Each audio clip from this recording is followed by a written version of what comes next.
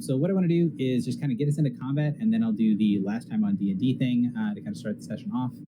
Once we are out of combat, I am going to play Madrat just for the end, basically just use the healing word and staggering note. And then ideally I will get an answer from Gecko, who was telling me yesterday about being excited about things and has their character ready, but is not responding. So we'll see how that all works out. So here is the board. Here's what's going on. And we've got our obscuring parasite is here. And he is going to flurry. He would like to kill the battle mind, who is there with the flag of shame. So is going to try to do that. Just to jump straight back into things. With a 15, and then is going to try to do a second warped thought. And probably miss as well. Well, hey, the second one hits. So 19 points of psychic damage to Echo as the parasite attempts to make a difference. And then it's going to move over here behind some of its allies. All right. Rosalind, you begin your turn. All right, so first off, she takes 5 ongoing damage, which puts her at -2. I believe gets us into the range of death saving throw, and then your saver. So she pants and kind of falls here. He's glaring up at, keeping her eyes open through sheer defiance, because that's how I'm phrasing this.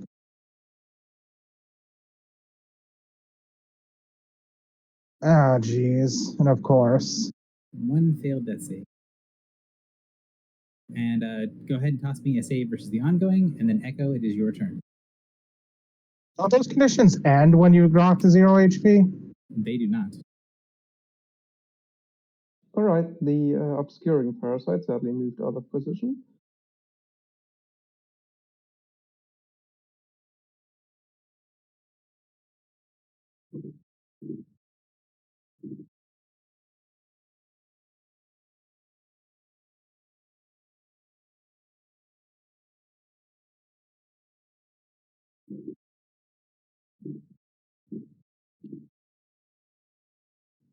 I am going to use my second wind.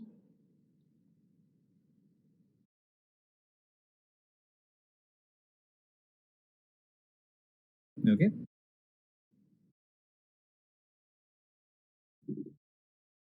Yeah, the effects stop on you when you pass out is a relatively common house rule. The only thing that a consciousness really affects are stance powers and things you have marked.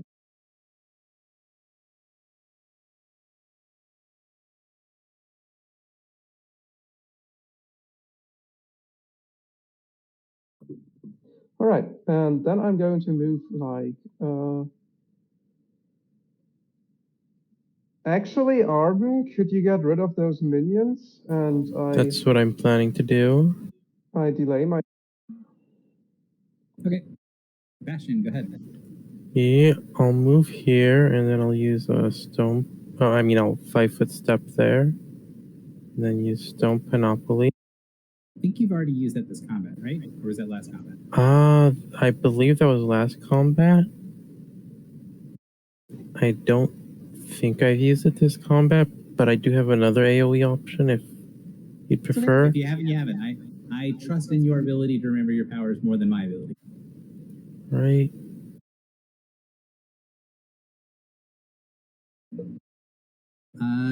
Let's see.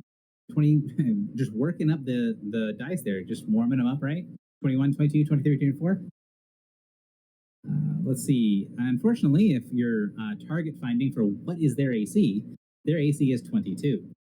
So that is, these two are gone, and the last one remains. All right. I will mark this guy and end my turn. All right. Echo, All right, I'm going to second wind now, and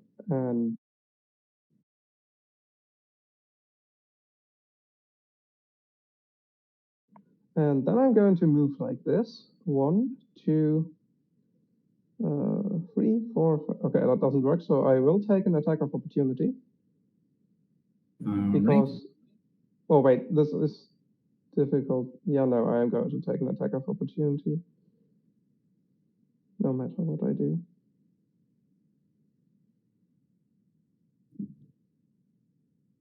From Ooh. the minion. Hang on 1 second. 1, 3, 4, 5, 6, right? You got 6 squares of movement? I got 5 squares of movement. Ah, that is the problem. Carry on. All right. Minion is going to swing. He does a bonus attack. Doesn't have bonus damage. 27. Actually, it's a pretty solid hit. Can I Yeah, use no, that my doesn't hit. interrupt? go ahead.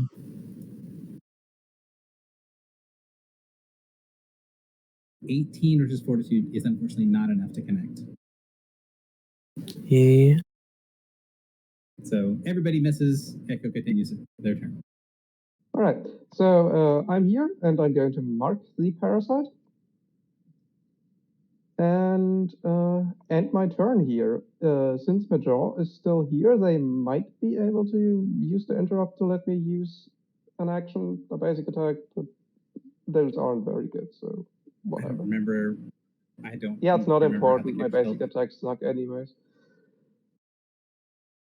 Oh, and since I have blindsight, tremor sense, can I get a better look at the parasite? You've blindsight from something? Yes, from the power armor. The power armor gives you blindsight? I did not remember this. I'm gonna look and see. Is it blindsight 1? What is it? Powered armor. Where? On the second line, you gain You gain blindsight and blindsight. tremor sense. There it is. Cool. All right. So the tremor sense does not help because he's not on the ground, but the blindsight definitely works. So yes, you can see him. You do not suffer any penalties. All right, and I point my gun at it and ask it what the hell it's the deal with it is. And, yeah, that's my turn. All right. That's 1, 2. Parasite over here. The one yet remaining is going to coup de grace now. Is going to obey its mark because it does not want to die a horrible, painful death. And then it is going to. What's our speed?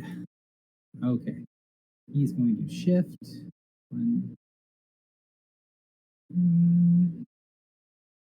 Yeah, 1, 2, 3, 4. He'll shift it there. Skitter, skitter, skitter, skitter. Margot, you're up.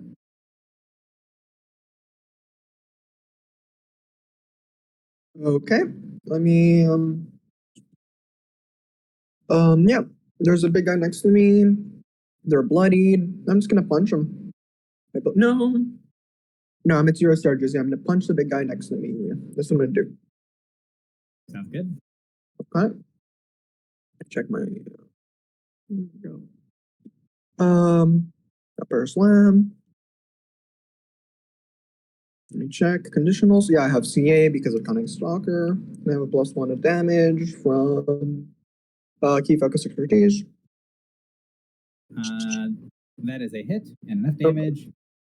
Finish off the parasite. Awesome. Cool. I don't get to get a surge back. That's fine. Okay. Don't have any minors I particularly want to use right now. But I will move in down there next to the obscuring parasite. So like, take its space. That'll be me. And a turn. All right, so he never made a token action for his heal. Oh, by the way, I marked it. I don't think it is marked. It's not marked, although I'm going to be ending the comment. So mainly it was just, was the bloodied, the bloody parasite, what was it called? The one that just died. Was it going to get another turn was the main part of the dramatic question here. The fact that you guys can surround and pound the obscuring parasite, especially with 2 people that can sort of see through or deal with his bullshit, means that is definitely going to be something that can be done. Yeah, we that- just had a plan to like capture and interrogate it, so that's, I highly doubt it's sentient. I mean, I it can talked be to me. honest. it spoke. It did. It did. It or- did speak, I think and it it is used not deep going to be speak. captured. So this guy will fight to the death. He will. His main thing is that he's going to attempt to escape from you all. But I don't think it is possible for him to be able to escape.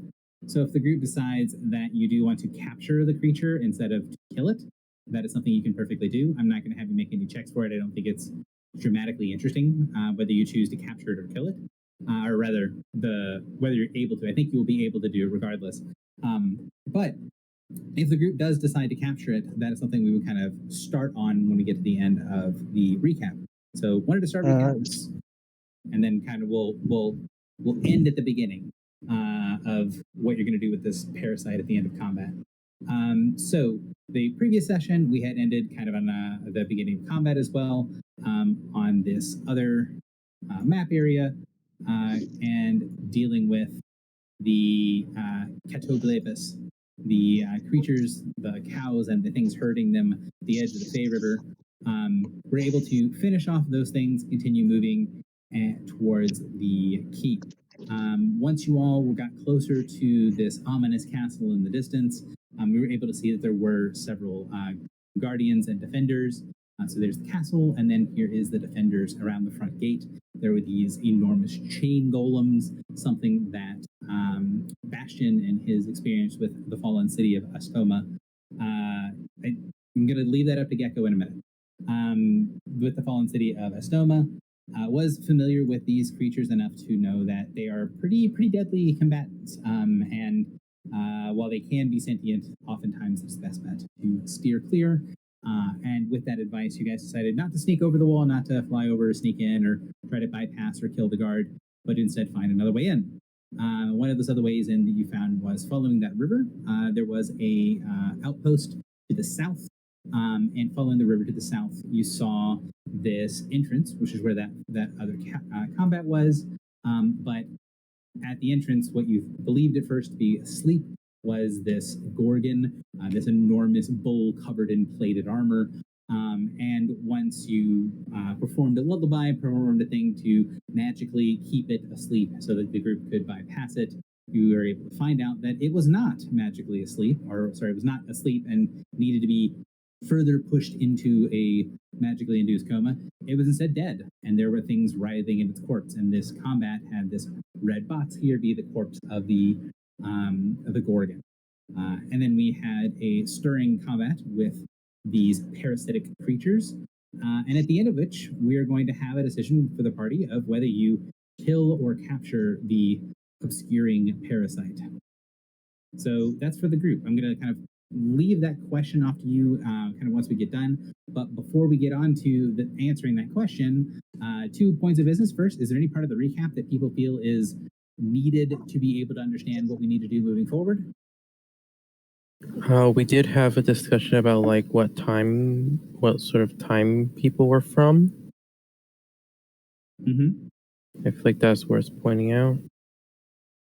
Yes, and they're like the creatures we are fighting. They seem somehow related to Echo, and we're gunning specifically for her. I think that's kind of important. Mm-hmm.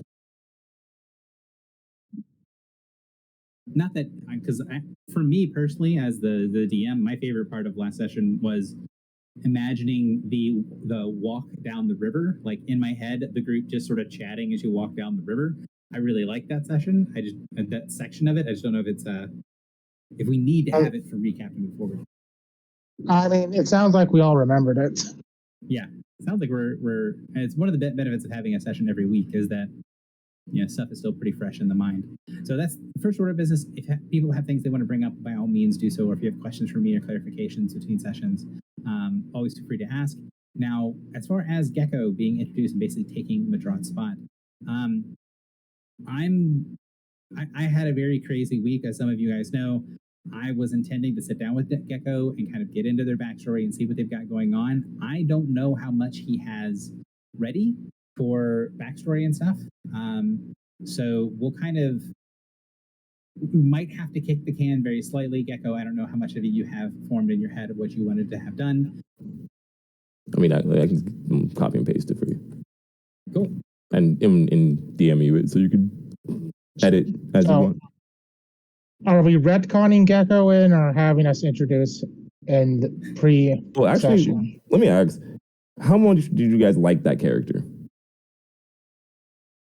Because if you want it to remain, I can just remain that character. I wouldn't mind. But if you don't care, then yeah, Mentor, yeah. Play who, Yeah, play I know who you very want. little about the character, so I don't mind regardless. Yeah, I don't have strong feelings one way or the other.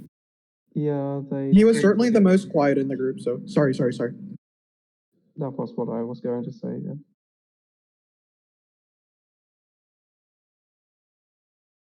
So I'm fine with the 1 or 2. Got it. Yeah, so I like the stuff that you have for that character. I told you a little bit. I think I told you a little bit about this character, who they were. Yep. So I like what you have started. I would say that the main question that we would have done for session 0 would have been how you ended up making it to the Feywild and why you were wanting to return. What your sort of arc was, basically. The stuff that would have equivalently got so Ayari, when he got kicked here, basically the pieces that would get you there as well. So Ayari has a reason to return home. We know how he got to the Feywild, and then kind of work forward from there. So yes, you guys will get an AP. I will put it out in just a second.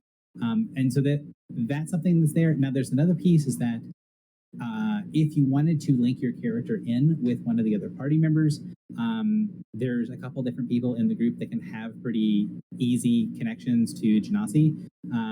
So that could be something as well if you want to leave it kind of amorphous for now. And then between sessions, if you want to sit down and we can work together, or you can work with the other players and tie yourselves into the other person's backstory, or not necessarily into the backstory that you knew them, but for example, if you were one of the Planeswalkers, one of the Genasi that works for Lord Verdideg or Aegis, then if you did it that way, then you would have some kind of knowledge of Echo and who the Minotaur are and what the rings are. Or if you wanted to do the version of being more in the mortal world, being from, for example, you know from the other game a little bit about the Genasi of the Church of the Elements, the ones that are from Sanctuary.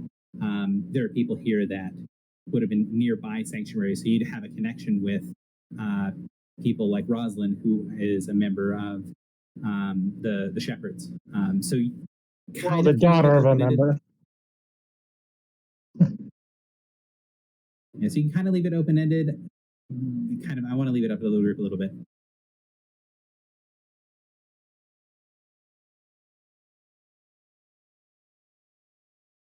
And yes, I'll put out the APs. 1 second. That's the wrong cards.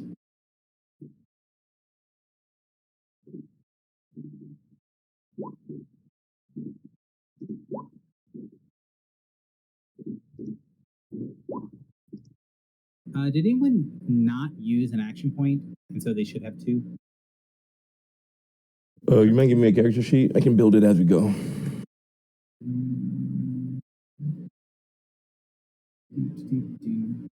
I know I used an action point. That's why the boss decided to focus me down as I removed like 80% of its HP.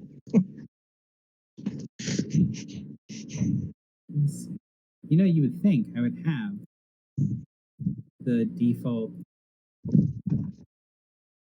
Just copy Ayari. Yeah, but I mean, if you want me to copy Ayari, I can, but I had to find the template. Oh, whichever is easier for you. Let me just do.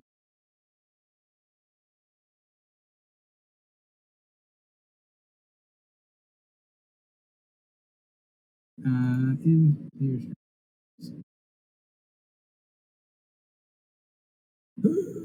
Sorry, today is going to be remarkably haphazard because of nonsense. but hopefully we can get there. All right, so I gave you one. Well, I just should be able to edit it as we go along. But I'm hoping we'll be able to get some moments of sort of building in the background, and then we can really have the ability to dig into the character next session. And maybe even as we go along, might have ideas of, hey, if you're connected with this, you might have something to weigh in on here. So we'll get Gecko in here, and for the time being, just to make my life easy, controlled by no. Let's see. So Mordok was a parasite all along. this name of this game is Escape from the Wilds. Yes. Yeah. Got it. Thanks. Obscuring parasite. No. All right. And Dun, dun, dun, dun. So that token on there that was Badrat, I'm just gonna have you there for just a second, just so you have something to physically represent yourself on the map until we can get something better. So that will pull us back around to the question of what are you guys going to do with this parasite? So if the assumption is you can subdue it to the point where it fights, it thrashes, it attempts to get away, and you guys are able to take it out, what are you going to do once it is captured? I have some mana golds, cold iron, which I would like to put on it, if that's somehow possible. I am not acutely aware of its anatomy. So, from what you can tell through its obscuring cloud of mucus and what you can see with your blind sight, it's a long, spindly, almost like larva-looking creature. It's got a bunch of like prongs and sharp edges in there, as well as one large hooked claw and a hooked face that has a spiral-shaped mouth underneath the hooked-shaped face. This one at least does not seem to have eyes either, although some of the others did. For example, the skittering parrot, actually all of the other ones here did have eyes. This one does not have eyes. So we should probably get Roslyn off the ground too. yeah, I was gonna ask if I could get at least one healer power. Yeah, I was gonna say, let's go ahead and assume that the, what's it, 1d6 plus 4. So you got Surge plus 7 from Madrat's second healing word during the fight. So you can go to 0 Okay. and then go to Surge plus 7. Now, what I do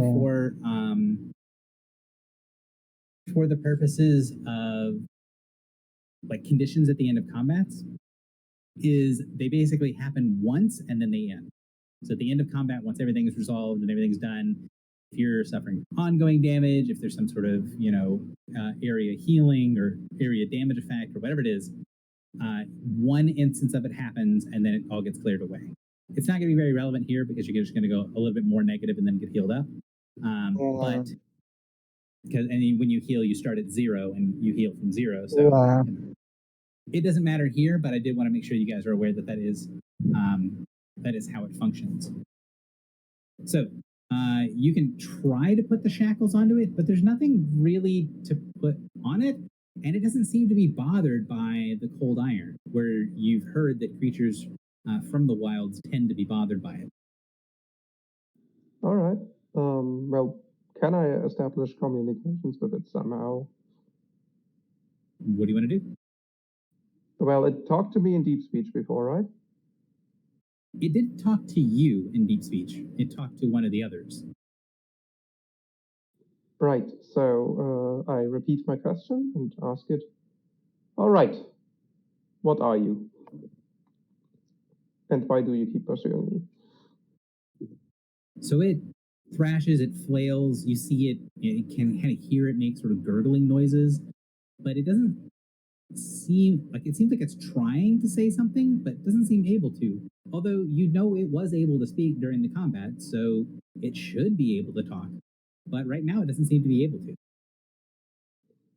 Can I make a dungeoneering check to realize what's going on, or can I not get any more information beyond what I gathered at the beginning of combat? 1 second.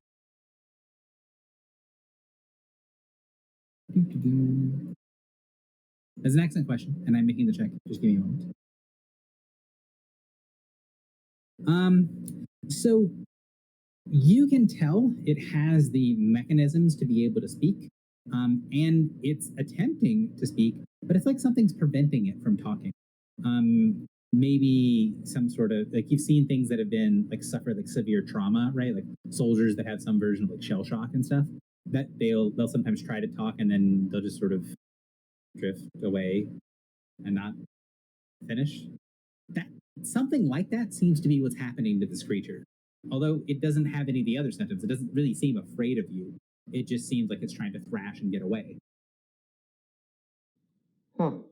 We seem to have severed the connection to its hive, maybe? I am Might at be. a loss. Can anyone else talk to it? No. I don't think anybody else here knows Yeah. deep speech. They do not understand the language it spoke during the fight, so I would not be able to translate it. Too many syllables in that one. Can't really understand that. Well, let's put it out of its misery. And I point my gun at it and look around questioningly. In case someone wants to do something. I think it's fine. Yeah, I Like, think killing it might be for the better.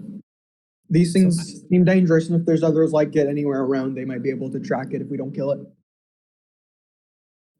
Alright, I pull the trigger and it's dead. I proceed. So, Gecko, if you want to give a physical description of what you look like, I'm going to be right back in 1 second, and I got the description from you in the private message, and we'll talk more about it later. I just need to get some water real quick. There you go. It's tall. Very lanky. Sort of Eastender. Looks like some sort of what would you call it? Looks like he's been burnt to a crisp almost. Stands tall and firm. Proudly. Looks down with embering, glowing eyes. His dreads are flame-kissed.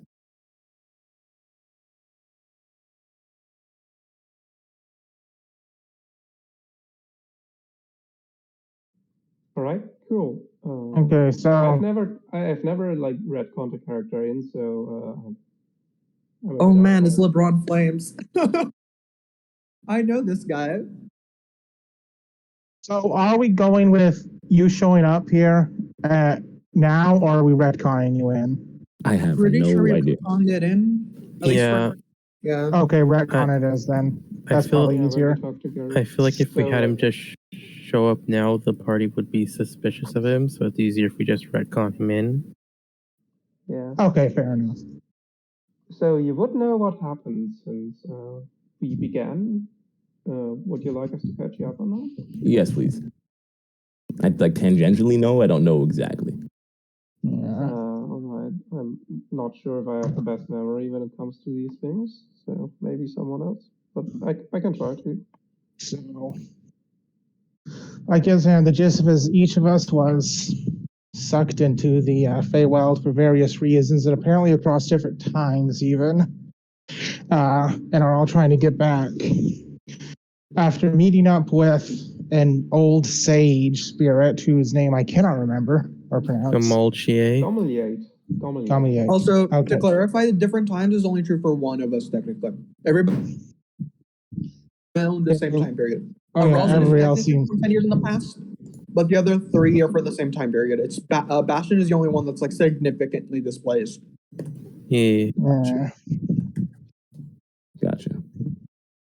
And yeah, and basically, it was basically he was trying to help us get back. We learned that the Rusted Star, a great fortress of iron in the fairy world, was so you know it's serious. Mhm. Apparently holds the key to us getting back, and we're being lured there by somebody, but opposed by some entity that wants to destroy all reality.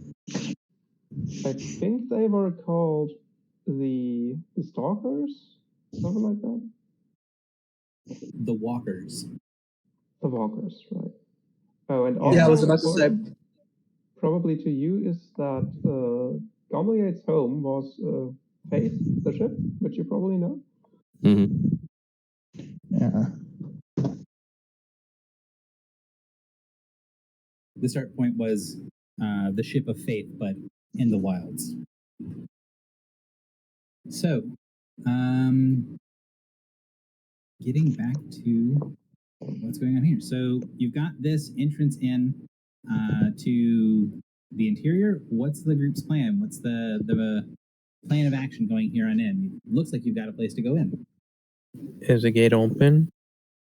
Yeah, I mean it doesn't look much like a gate per se. This is more like a dock, right? Like there doesn't seem to be an easy mechanism for closing this particular door. I mean, Rosalind kind of gestures to the water behind them. This was clearly a place where boats came in. And now we shall follow in their path. Yeah, there might be some form of, well, portcullis further down the line, but it doesn't seem like there's any here yet. We should be fine for now. And hopefully none of those murder golems. I would very much like to avoid those. As you guys walk into the interior here, it opens up, and basically right inside of here, there's an open cavern. And you find that track that is down in the middle of the map here, this track right here, it goes into the cave mouth, and it goes about 500 feet in, but well before that 500 feet, the bottom part of the cavern gives way. There's now about 60 to 80 feet, depending on where you look down, on either side of the track, and you're now on this sort of like raised like catwalk, this raised it's not the word I'm going for, causeway. You're on a causeway above this big cavern. And when you get to the as you're going along the causeway, one question I do have to ask is actually, that is a good question. Gecko, did you end up getting a chance to watch some of the video stuff? Yeah, I did. Cool. So I think he knows a decent bit about, because we have these lovely video recordings. Hooray. So when you get a decent way in, one question I have to ask you guys is, what sort of light source are you using? It is very dark in the cave. So Rosalind's sword is a sunblade, which can light up as very brightly, and she can control the brightness. I was gonna say my eyes because I have dark vision, but that sounds like a better idea. I do have blind vision to an extent, and I have a miner's helmet, so I can just put a lantern on my helmet. I imagine it's probably more like a torchlight. But Yeah.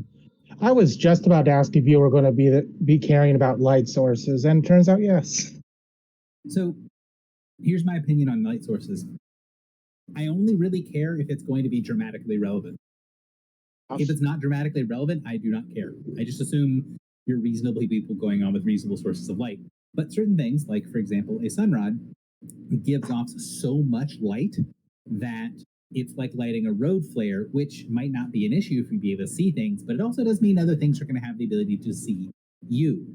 So my main question is, for the purposes of moving through here, you have a couple people with smaller light sources.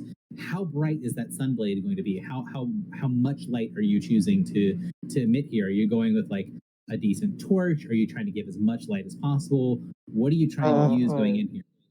I'm going to say enough for Rosalind to see a few feet in front of her, but she knows from experience, like, as you said, making it too bright can attract attention. So it's like probably a slightly less bright than your average torch, but still not for her to see. Okay. yeah, I do have ruby lenses as well, so I can dim the light of my torch to dim light. Gotcha. So as you make your way through, you can see a little bit of the cavern on either side, but the main thing is that when you go into here, you're realizing you're going very slightly down, and you can see little markings in the ceiling and rings that look a little bit like the entrance here, right? So you can see that there is this ring around here that does go underneath, right? There are these complete circles that are around sections that have on the interior of them markings that anyone who's been familiar with magic, and all of you guys are level 8, you've been familiar with some form of magic, would recognize symbols for magic circle, for bindings to prevent people from going through. So these there are definitely barriers here, but they're non-physical, and none of them seem to be active. On the far edge of the causeway, as it looks to make its way away from this sort of docking area and into a big kind of another open gate area, you can see that there is a smaller room in the fact that it's not hundreds of feet across like the cavern was, but there's a smaller sort of circular room that has the remains of a smaller building inside of it that is completely destroyed. And as the light comes into this room, you can just see the entire interior of this room, which is about 40 feet wide, about 20 feet tall, is completely covered in gore. There's body parts, there's bits and pieces of entrails and things just hanging off of the walls. The interior of this area that's sort of blocking the path going forward is just coated in blood and pieces of stuff. And you see in the center of the room, not exact center, but near-ish to the center of the room, there's a sort of writhing mass that's kind of churning back and forth. Like the one before? It's not as big, and it's covered in a bunch of pieces of what looks to be those parasite creatures. A hive of some sort?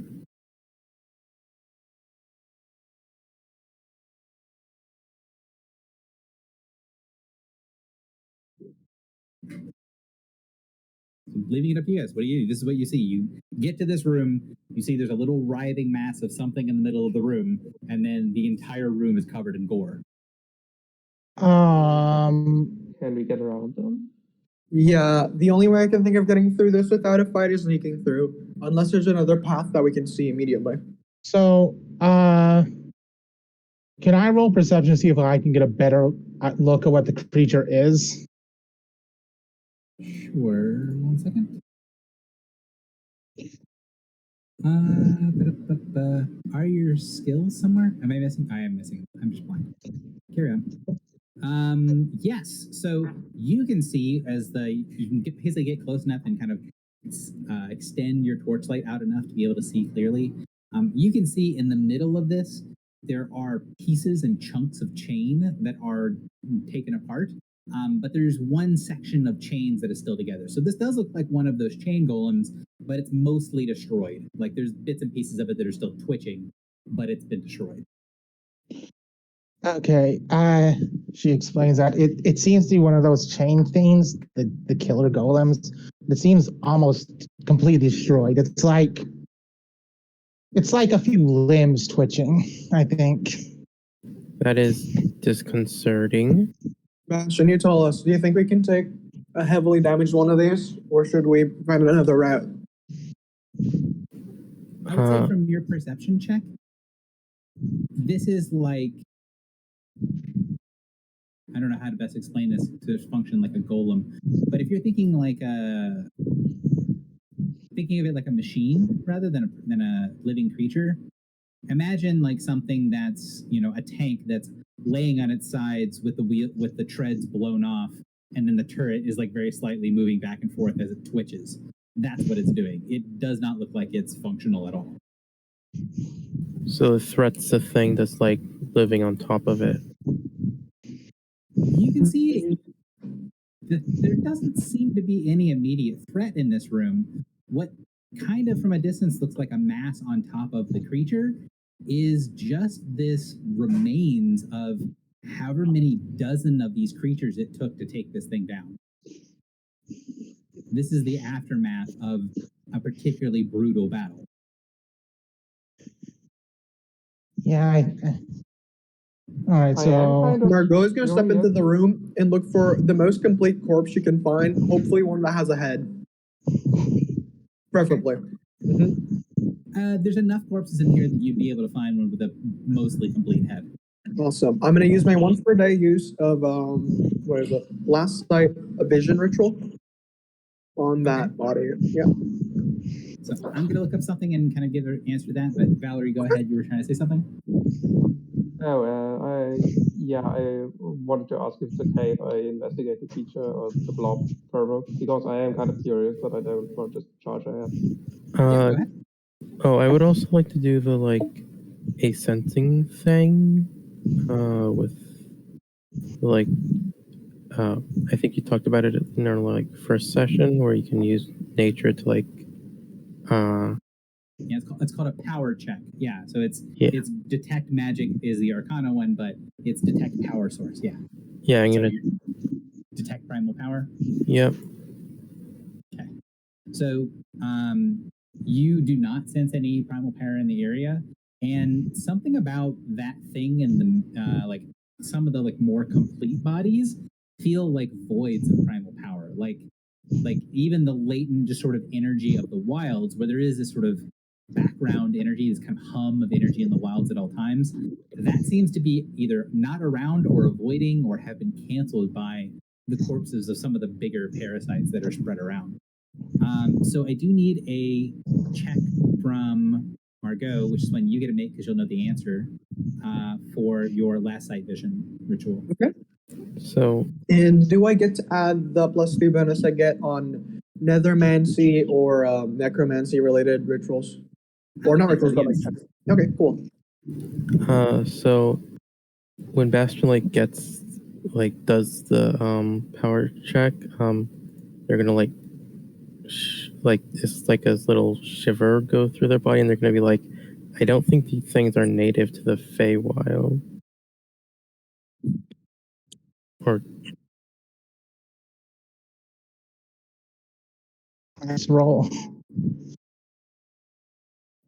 Yes, primal power seems to be Thank very you. weak around these parts.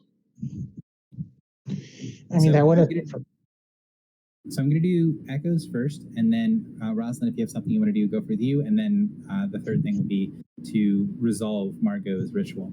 So Valerie, you approach the chain golem, and you can see, like I said, it's twitching. There's sort of bits and pieces of it that are there that are still thrashing, but it's not really. I mean, it's a contract, so it was never really alive, but it's not even its version of alive anymore. Right. Is there anything useful that could be gathered from it, be it information or anything valuable? Does it have a key on it or a key card, anything like that? Since again you're going to know whether this succeeds or fails, I do want to get a dungeoneering check from you to sort of examine how this thing fits together and how it all works, kind of from a mechanical perspective. If you wanted to use something else, you could, but I think that's how this character's going to approach it, is dungeoneering.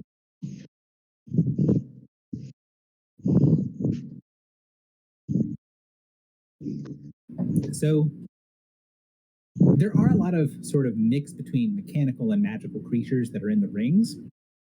And what you found out is that kind of no matter how it was created and how it was built, the things that are broadly not categorized as living, as constructs and things like that, tend to have some form of core to them. And if the core is intact, even if they're really damaged or have other problems, there's usually something salvageable and useful by maintaining that core. And what you're able to pick around here and find is that there is a very heavily, like a strong magical signature from your, you can pick up from your suit, of there is a powerful section in the middle that has maybe, maybe the size of a volleyball, and not quite that organized to look like a volleyball, but a massive sort of tangled chains that twitch and move a little bit. That if you can figure out a way to kind of carry it to where it's not going to be kind of trying to destroy stuff, because again, it's still chains or have quite a bit of strength associated with them. So if you try to carry, pick up this writhing massive chain, it's gonna break your fingers. But if you can find a way to carry this thing, it might actually be useful if you can locate or if you can come across something that has the capacity to either get information from it or even finding other creatures like it that know how to repair it or know other people that might be able to do something with the core. Okay, I need a moment to figure out something to move it away. Go ahead with the others, unless someone has an idea. So, Rosalind, was there something you wanted to do? And if not, I'm going to go to Margot. Rosalind was just going to agree with the assertion that these things weren't from the Feywild, because she hasn't seen anything like that before either, and it doesn't seem to fit. And Gecko, I'm not forgetting about you when I'm kind of going around the round table. It's just because you're kind of running into this blank. I'm gonna let you go in as much as you want to, and then if I can find something I think will be especially relevant, then I'm gonna kind of prompt you to come in, if that's all right with you. Of course, yeah, man. I'm just feeling it out for now. Gotcha. So the last sight vision completes. You get 4 rounds. And what I would like to do for you, Margot, actually, Gecko, you're a new person, so give me a D100. I want to see, and the purpose of this is to see where in the combat this guy was taken out. All right, so he was taken out somewhere in the middle. So the last 4 rounds. So that means that he would have been there at the beginning of the to see the beginning of the combat and then died during the entrance of it. So what you see from the perspective of this creature is very difficult to perceive at first. And then after a few seconds of trying to figure out how the ritual is working, it almost looks like the ritual is fragmented. Like rather than looking through the eyes of an individual person, you're looking through almost, if you think of the idea of like looking through an insect's eyes, right? Where you have this compound eye with hundreds of images in it, and it's really difficult to look at it and see that array of images together, or in a different way of how this is going to present to you. If you think of like at the end of the Matrix movies, when he sees the architect and then he's in this room just surrounded by these visions and monitors, all of these things showing different scenes. Although in here, it's showing the same scene from dozens of different perspectives. And once the ritual sort of settles in and you get a moment to figure out what's going on, you realize that the way this creature sees, or this creature that you picked out saw, isn't that it sees exclusively from itself, it sees as part of all of the other creatures around it. So its vision that it's giving you isn't just from its perspective, you see from the perspective of the entire hive of creatures that is attacking this golem. And you see the creatures come up, a couple of the larger creatures that that look a little different than the ones you've seen before, but they're obviously sort of the leader ones of these creatures come up. They try to, you can see that they're trying to talk to the golem, although from your perspective, you can't understand what's being said. It's in a language that your character does not know. And they're talking back and forth with the golem that is talking back to them. And then you see the creatures start to flank out to the sides. And that's when the golem strikes down one of the smaller creatures, one of the skittering parasites, attempting to bypass it to get around to the back part of this area. And once that happens, the hive starts swarming in. And you can see, yes, the golem did eventually get killed, but the perspective that you're watching from died well before the golem did. And it just blendered a huge number of these creatures. Okay. There might have been somewhere in the neighborhood of about 80 of the creatures that went through here. And from the look of the room around you, maybe half or more of them died trying to bypass this golem. Okay. Interesting. That's actually very good to know. Okay. So yeah, I think unless someone has something specific they want to do while she's visioning, I do that, and then I'll say what she says after. But yeah, because the vision does take a little while. But yeah. Go ahead, Echo. All right. I was going to ask something about the vision, but I can ask that later to Margot when she tells us about it, I suppose. So I have 2 things that I want to try. The first is to use lodestone lure on the core, because maybe it's still alive enough to count as a creature. Okay. And what's the plan from there? So you can lodestone lure to pull it away from where it is, so it kind of flops out of the mound. Right. And I suppose one would have to get the chains off somehow. So there isn't something underneath a big massive chain. So it's not like a metal ball covered in chains. It's just a section of writhing chains that are disconnecting and reconnecting and reforming that are all together into a mass. So the question is not how to move it, like short term, like how to get it out of the mass. You can figure that out pretty easily. The question is, how do you carry this with you for any amount of time? Because anything, like say you put it in a backpack, it's going to shred your backpack by touching it. If you carry it, it's going to break all of your fingers. How are you going to carry this thing with you?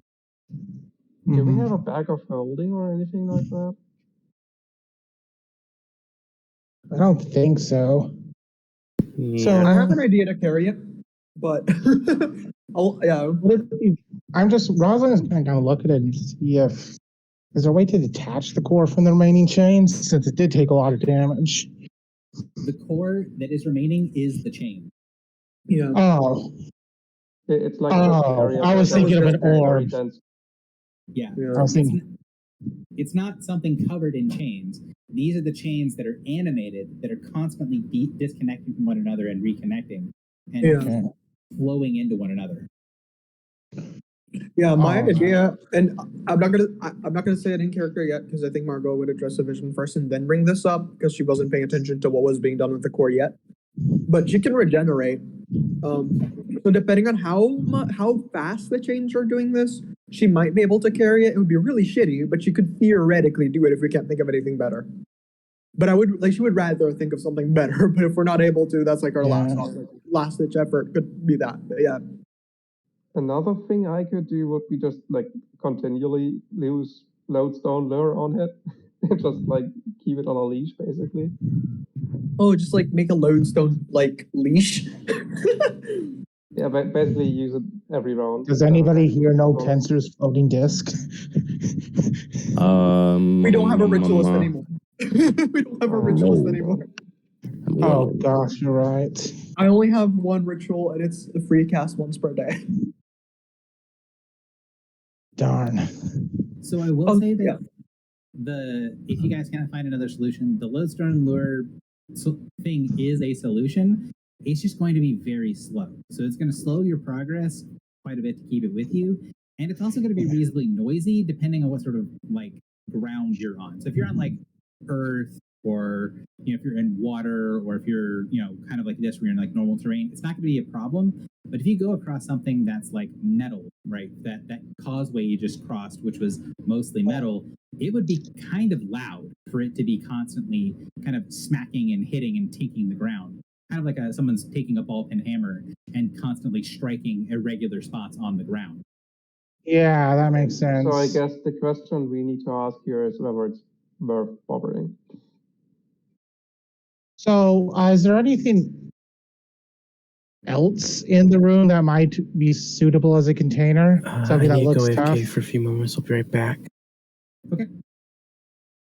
So looking around, this seems like the center of the room is slightly depressed, and you can see that around the edges there are little slits in the walls that look like they were probably arrow slits or crossbow slits at some point. This is clearly like a kill room or kill area inside of a fortress, right? So this is the inner courtyard that is designed to allow things to sort of fire from all places. And it looks like it was sort of built for one of these chain golems to have full reign of movement. In the vision that Margot saw, it was standing in the very middle of the room, and when it spun around and it extended its chains all the way around, its chains barely grazed the wall and the ceiling on every side. It just basically made this entire area a mass of chains and just hit Blinn. There really isn't anything else in the room other than just metal, stone, and the remains of all these creatures. So Rosalind Glasson says, can you guys get a better look of how much is the core? Maybe we can separate it from the rest to make it more manageable. Yeah.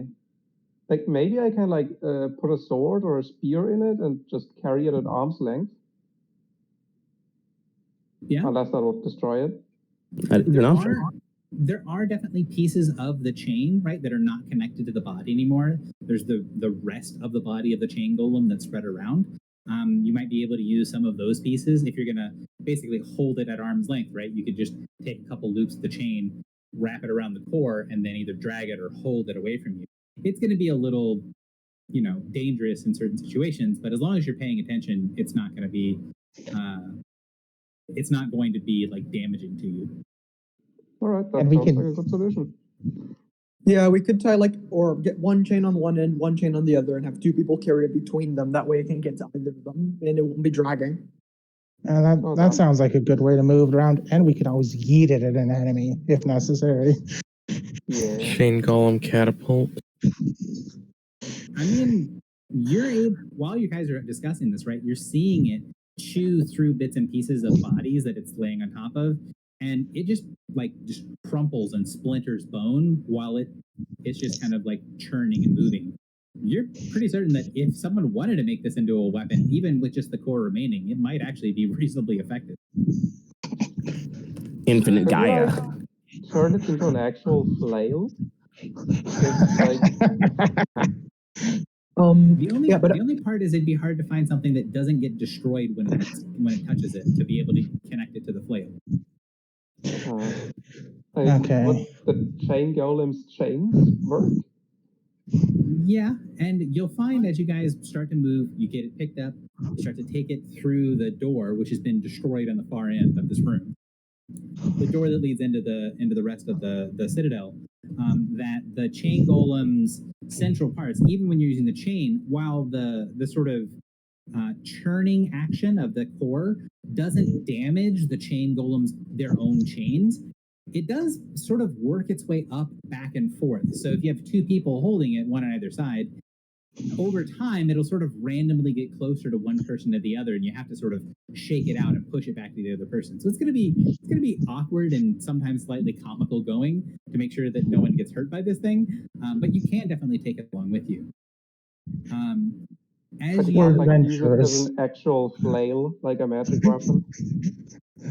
I mean, it's going to be difficult to actually use, but if you hit somebody with it, it'll probably hurt really bad. Once you guys get on the other side of the door, you can see there is another entry area that is much smaller, that looks like it had at some point furniture. Margot's vision.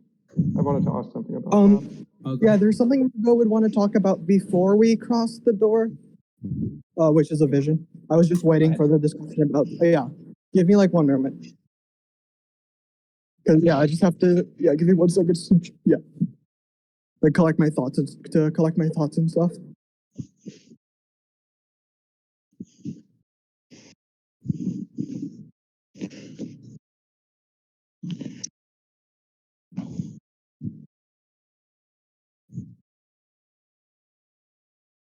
And if anyone else has something they want to do before we kind of end this scene and move forward. What it makes me think of is, what are they called? Hang on.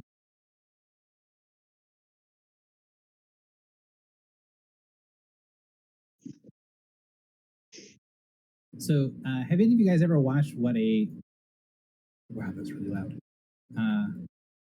What like a metal crusher looks like? So I'm gonna link this in the Those are Escape from the Wilds channel. terrifying. So there's a video of this thing. So instead of those being like blades, like discs that are turning, imagine instead those are magical chains, and instead of just having one point where they're grinding into the center, they're sort of randomly grinding in every direction. And that's what the core really looks like.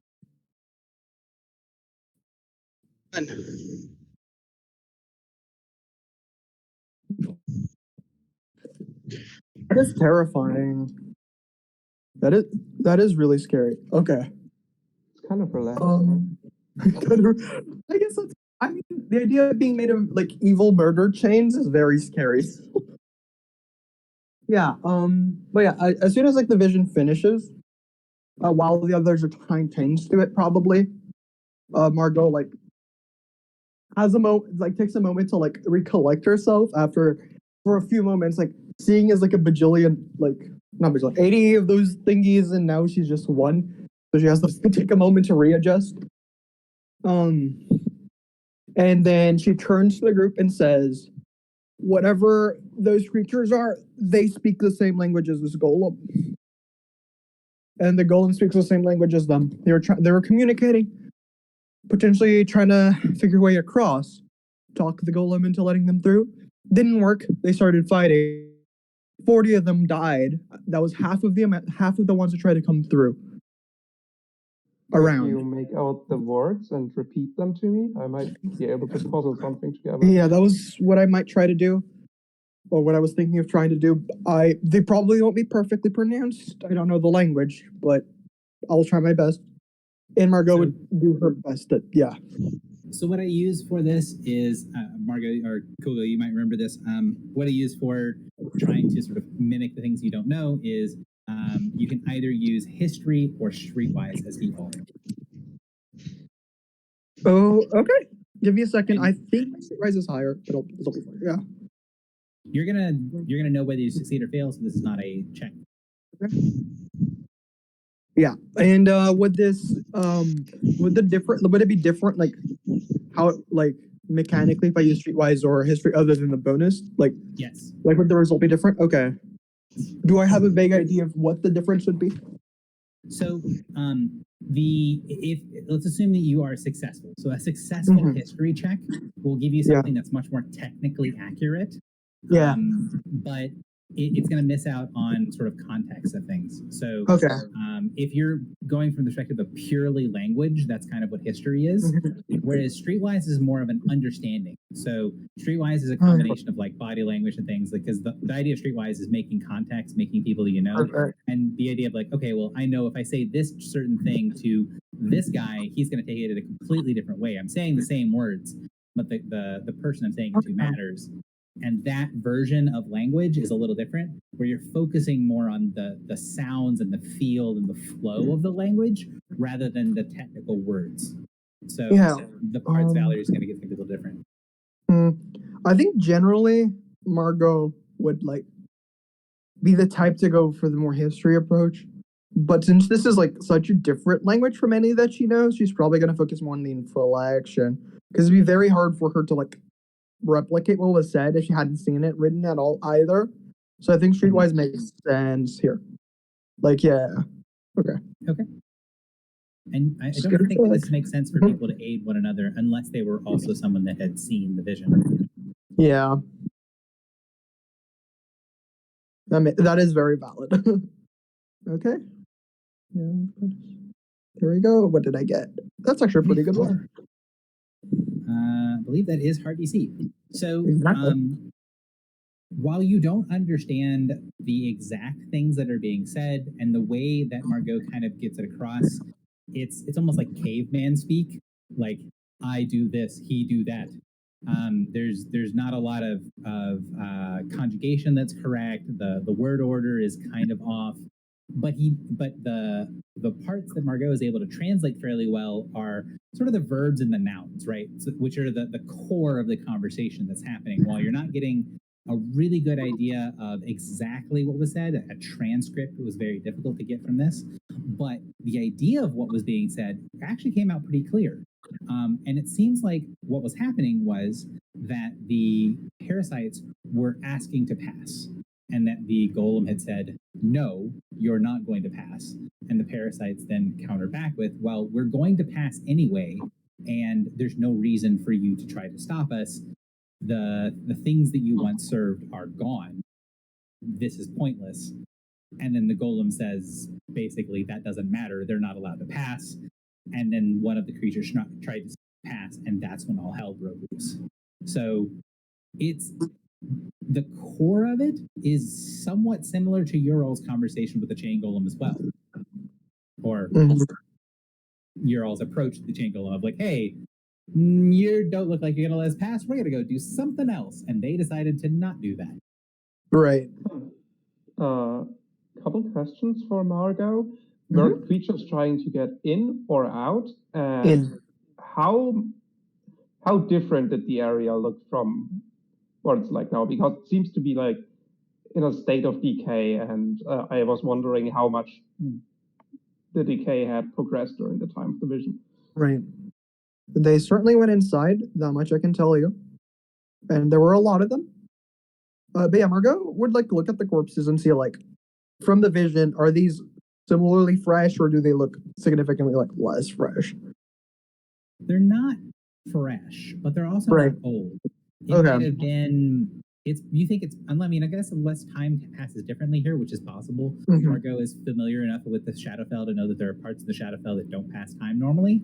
Yeah. But assuming everything is passing normally, you don't think these bodies have been dead for more than a day or two. Okay. Parts where you see the bodies are kind of stacked together, like when some of them got thrown into one another and grinded against a wall. If you Mhm. pull away some of the top corpses, some of the blood that's sort of pancaked in the middle is still wet, Okay. which means that it's not been that long.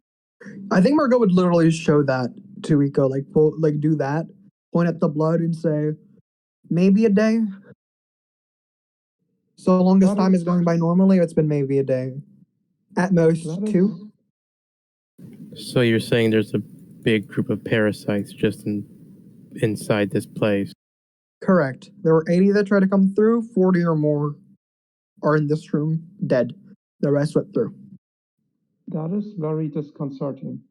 When I left the rings, my home, some of these creatures were activating a portal, and they might have gotten free from there and entered this plane, which they are So they not might have supposed to. fallen. They are supposed to be trapped in the maze. The maze. What is this maze? The rings are a sort of containment facility, and it is our divine duty of the Minotaurs to protect the world from what is trapped within. Has Margot ever heard of the rings at all? Anything similar or a maze? Some form of like universal, planar containment location? Anything that might match up with that? The idea that there are a bunch of crazy Minotaur that have some difficult to understand labyrinth in the middle of nowhere in space is a common enough story that especially older creatures and people that like sort of weird tales, they have heard it, although you can already tell from having a little bit of conversation, a little bit of, a couple of days spent with Echo, that the stories are very inaccurate. Okay. What parts of them could I tell that are like inaccurate, like vaguely? Well, the Minotaur are obviously like the size of, the Gorgons, like they're 30 feet tall and shoot lasers from their eyes. Okay, and, interesting. the idea of like, this is stories that are 7th, 8th, Good 10th. point. Why can I not shoot lasers from my eyes? I know, right? Because you're not playing a cleric. Cool. So the idea, right, is that the general concept, there are Minotaur, they have some sort of maze-like thing way up out in the middle of nowhere. That is that element of the story is something that people know, or that you would know at least. Yeah. All of the other stuff is not something you'd know. Interesting. Okay. Yeah. I think Margot I might have told something about like where I come from to anyone who asked. Like I'm probably not particularly secretive about it. Yeah. I think like Margot like takes a moment like thinking. So maybe you said you can travel between planes, or normally you can, correct? In some way. The rings are a maze of shifting planar energies. The plane of the prime of the wild is usually not connected to them, but the fell, for example, is strong up there. You can travel from one ring to the other by slipping between the planes. It does not work at long range, at least from what I know. Otherwise, I would have been back long ago. But now it seems like maybe my duty actually led me here, and I need to contain that which escaped. Yeah. Either your duty led you here, or they used you as a key to come here. Either of those could be true. I mean, if there are more of those chain things in there. Oh, sorry. Echo looks a bit sad, as if Margot just said something very hurtful. Margot, would it be like something Margot would realize, or is Echo like? I mean, she is very different from usual human anatomy, and I'm not sure how insightful or empathetic Margot is, but she doesn't really try to hide it. Okay. Yeah. I don't think Margot has a pretty low insight, so I don't think she'd have noticed unless Echo says something that would like make it more obvious. But just from like the expression, she probably wouldn't realize. Well, I was going to die anyway. Might as well do it here. You're not going to die. We'll make it out alive. I told you. If I return alive, I am a danger to my people. I failed them. Not if you stop them. Or them being these parasites. If you're able to stop the parasites, you fix the issue that you might or might not have caused. And, well, I still lost my dissonance. But that is a story for another time. We should move on. yeah. I mean, you can't blame yourself for being stuck here. This place is difficult. You can say that twice. So as you guys move forward into the next room, kind of dangling the chain, kind of getting used to the weird ability to carry the core with you, the interior of the next area looks like at some point it was a much more comfortable room. The remains of chairs and tables and other sorts of things that have long since fallen to ruin and basically broken apart before they were then trampled by a bunch of things, many of which were covered in gore. And you do see a couple of ones succumb to their injuries in this area, but there's only about 3 of the corpses of the parasites in here, as contrasted to the dozens that are outside. As you enter into this area, you see the terminal on the back wall has had big cut marks made into it. So big pieces and chunks of the rear wall that have what looks to be, I'm going to say it like it looks like technology. It looks like wires and cords and things in the back wall are all pulled down. And then as you enter the area, you see a little blue-white light come up and then an image appear in front of you. As the image appears in front of you, it emits this series of like clicks and chimes and strange sort of chitters. And I just sent messages to 2 of you guys. On Roll20 or on Discord? On Roll20. To Valerie and Arden. Okay.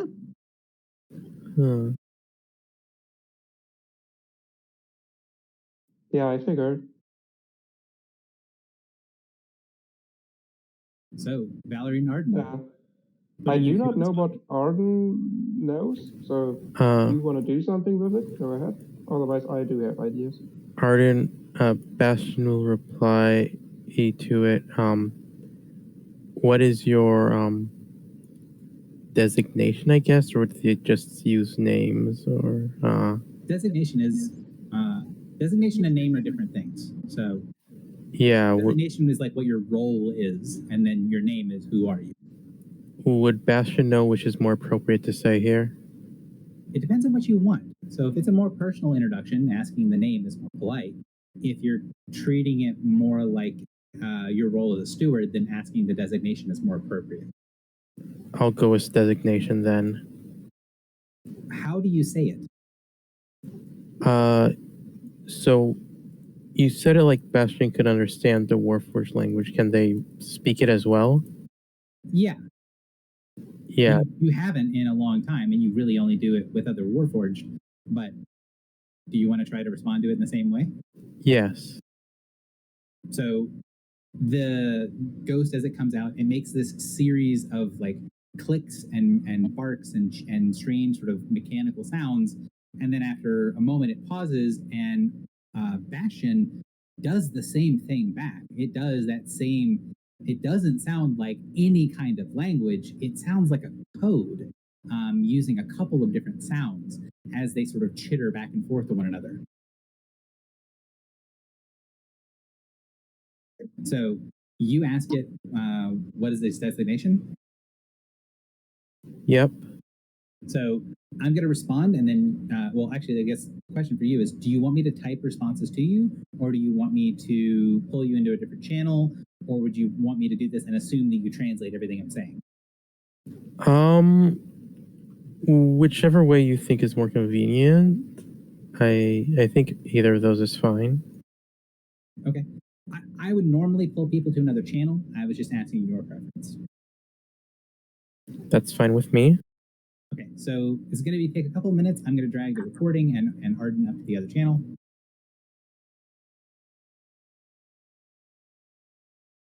Okay.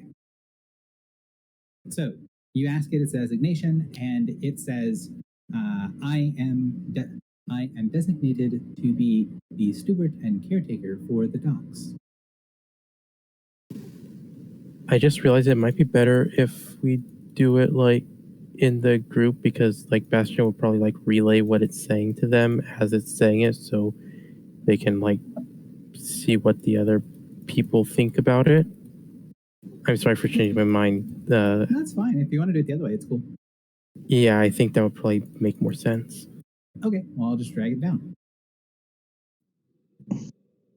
Bastion changed his mind a little bit as far as pulling this off, so he's just going to translate. So it says, I am designated as steward of the docks.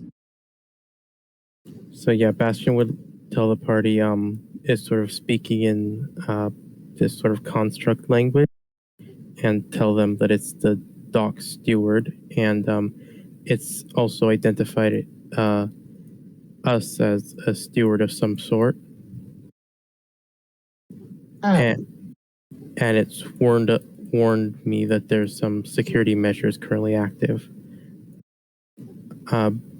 Bastion will then turn to it and be like, steward of the docks, what has caused these security measures to be activated? So it kind of fades away for a second and kind of goes back towards the wall that it came out of. And you see in front of it, there is an image. I don't have another image for this, although it would be really cool if it did. And it shows you the tower. But rather than it being a perfect image, right, it's more like one of those, think of like the blueprints, like the white and blue schematics. And it shows you the rough interior. Now you can tell, any of you guys looking at this, it's not giving you like all of the rooms. It doesn't give you everything that's here. It's just giving you a very rough holographic outline of the area. And it's going to throw up a couple of labels on the thing. I don't know what a Doom map looks like, probably. And then it is going to say, a few cycles ago, there was contact from a ship or other sort of planar entity that made connection here. It gestures towards a spot on the map, which I'm going to put on the map labeled as the crashed ship. When the ship made contact, security measures were put into place, and most of the external things were destroyed. There were other security measures that were put into place, however, they were overwhelmed, and there are others being pushed and pulled back to the two primary centers for final lines of defense. It labels two other things. So high up on the kind of not on the tip top, but above that sort of stone ridge, it labels something as the command center, and then down below it says the vault.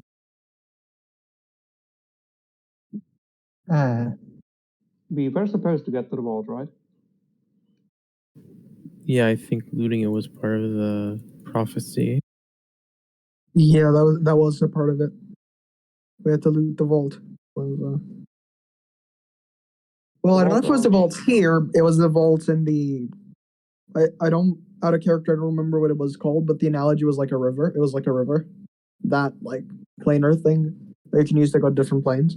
Yeah, so the Alandari Vault was what it was called. Alandari.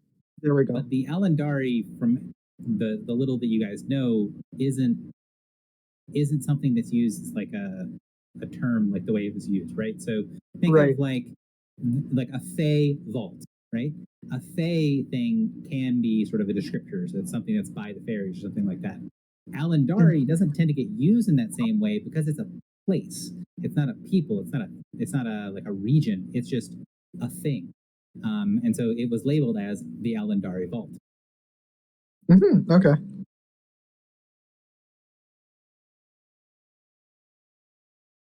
So this vault is probably the one that we have to go to, is an inference that we could make at least. At least it's the best, like, lead we have at the moment.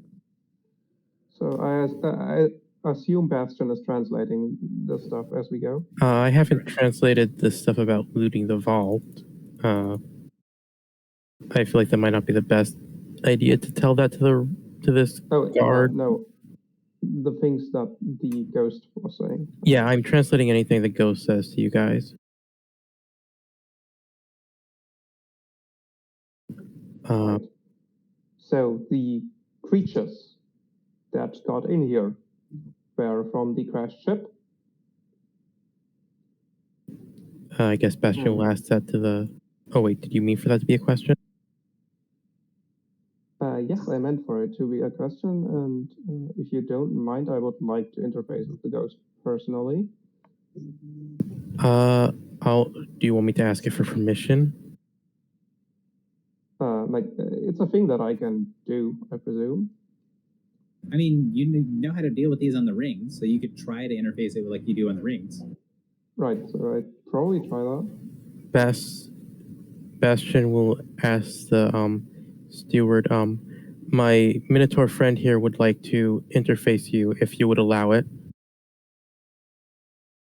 Many of my control terminals have been destroyed by invasive species. The hologram sort of turns around and looks at the big chunk of wall that's been ripped apart, and you can see some of the pieces you would need to interface with it, but it's going to be hard to do. Not impossible, but hard. I am very interested in how all of this goes together, like from a technical perspective, but it's probably not worth the effort right now.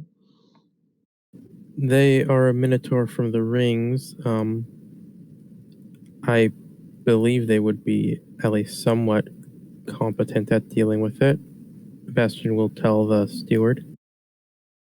So the steward then, the holographic image turns away from Bastion, and you see a couple of blue lines, kind of blue like laser sights, come out from it and scan across scan across Echo, and then it kind of turns back towards Bastion and says, "Your battle mind seems to be in poor condition."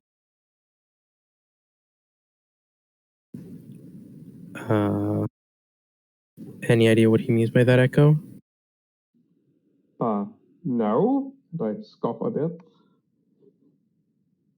I am perfectly fine, thank you. Can you elaborate on that, steward? The individual pieces of its exterior coating are not from the same containment pieces. You see several lines come out from it as it points at different pieces of Echo's armor. And then it starts listing off sort of technical model numbers. And you can tell it's basically explaining to you that the suit that he's wearing isn't from a single piece of suit. Like, it's not one full complete suit that's built to be together. It's like 6 or 7 different suits that are connected together. Echo, you got a rebuttal to that? Oh, that is very interesting. I'm sorry, is there a way you can fix it?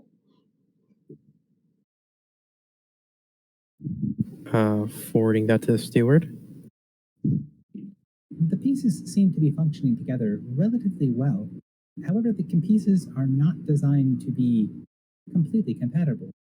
Having a fully intact single model would be significantly more effective than having different disjointed pieces of individual models working together. There is nothing that can be fixed. It is something that would need to be altered in base form. Are there any fully functioning pieces around? So it looks at you, and then you can tell that it's making those clicking things, but it stops making sense. Steward? For everybody else, it doesn't sound any different. But for you, it's now random clicking instead of something intelligible. Steward, is something wrong? Is something happening? My databases are corrupted. There are pieces being altered, being changed. Security measures are being engaged. Wait, if we get rid of those things, would the security members be shut down? Security measures do not shut down. They have been in operation for 1,477,385 cycles. Where is your data? Jesus. Where your database is located? Maybe we could stop them from being corrupted further. Did you? I think it just said it was activating its own. Yeah, but I'm also offering to help it. Yeah, I could probably like knock some pieces back into place. Primary databases are held within the command center and the central archive. Backup databases are held within containment units located in the primary vaults. Both sections are under simultaneous attack. Concurrently? Security measures are currently engaged. Hmm. You see the map light up, and there are dozens of little glowing red clouds added to the map. These are all of the places that security measures are currently being engaged that are located on my sensors. However, sensors are currently corrupted. Several sections are dark and cannot be confirmed. Does it want us to clear the place out? It's not specifically asking for it, but I'd assume that would help it. Does anyone have any? So, real quick, as a steward, you know that the things that he calls ghosts, which are the holographic interfaces. So the interface stewards, they don't have a lot of, I guess you'd say, like desires. They don't really want certain things to happen. They're more just information things. They don't really have emotions. They're computers, more or less. Okay, so he may not want might be the wrong word, but it would certainly help him if we could stop them. Okay, we need to get to the vault anyways. Yeah, So part of his, Rosalind tries to think of a way to describe it. Memory is stored in the vault. Okay.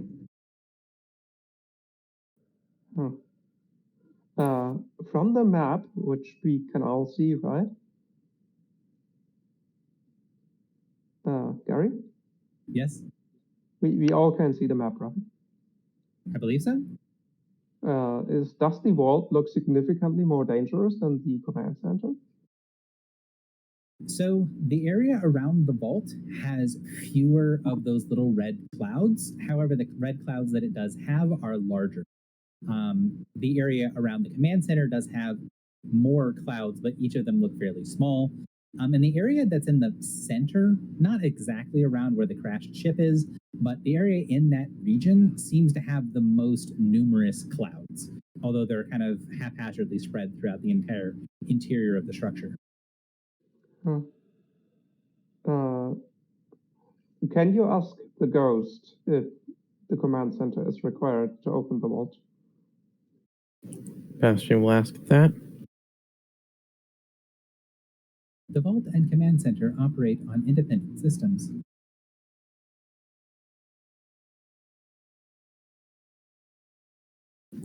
Okay. Do we have any other questions we need to ask this ghost right now? Is there a way for me to like get beamed back and get reinforcements? Probably not, but I need to ask.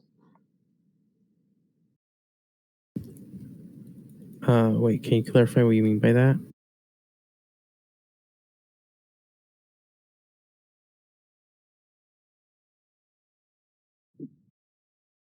Echo, I think he's asking.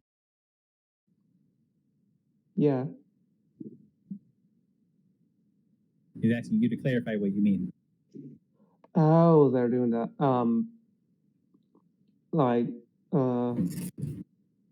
In the ghosts operate the rings, or they seem to have control over them, so it might be a way for me to get back, or it might know a way for me to get back. Maybe it can help you as well. All right, Bastion will sort of pass it on. Like, does the thing know any way to like get help from the rings or to the rings? This facility is not connected to the same network as the defense facilities. There's a section in the middle there where it went blank, and then it's kept going again. So it didn't skip anything. It sounded like it said something, but you didn't understand what it said. Like it was scrambled. They don't seem to be affiliated with the rings, but it also seems to have something redacted there. Maybe we can get to the command center and fix it, and it might be more helpful then. It is a detour, but I am kind of curious. But maybe our best option. I feel like we can use this. We could take advantage of the steward to get some intelligence on what's sort of going on in this area, though, before we move on. Yes. Is there a way for me to like download the map or anything like that? Not really. There are tools that you have on the rings that some of the the troop commanders, some of the commanders of the dissonances have to do that. You do not have any as sort of a rank and file person. That's a shame. I tried really hard to memorize it, but I'm probably not very good at that. And I will again, I want to reiterate and make this very clear. The general shape of the map does look accurate, but it's very intentionally blurry. Like the idea that you could say, all right, I need to get here and then find, like you can walk through this tunnel to go up this staircase to go through this tunnel to go here. There's no way to use it to pathfind like that. You're not sure if it's intentional. But we can't tell up from down. So like if we go up, we probably get to the command center, and if we go down, we probably get to the vault. Yeah, you can definitely get generalized directions. I just want to make it clear that it's not like an exact map. All right. I'm curious, and I'm for the vault. And the ship sounds interesting as well. So before we get to the decision of where to go real quick, I do want to kind of open up the floor to other people. Like, what other questions would people have for the stewards before we would try to make the decision of where to go?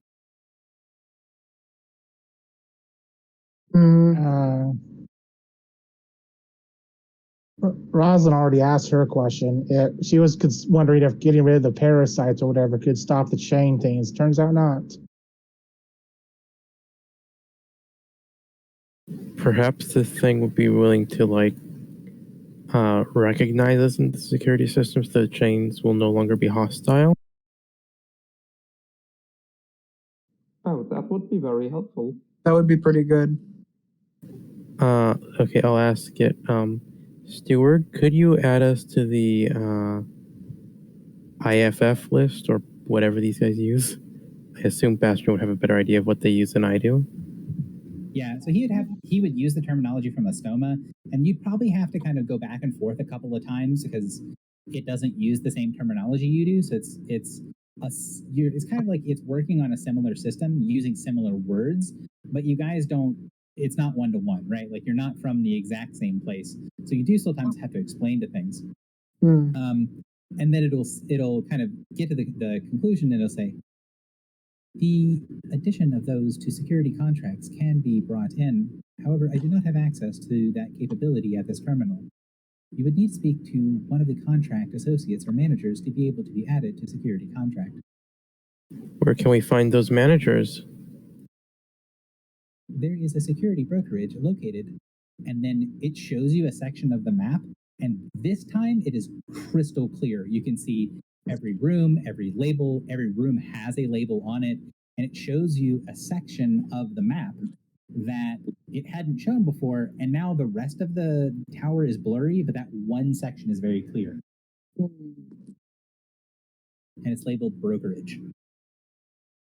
Is it in like the same direction that the vault is, or where we're otherwise planning to go?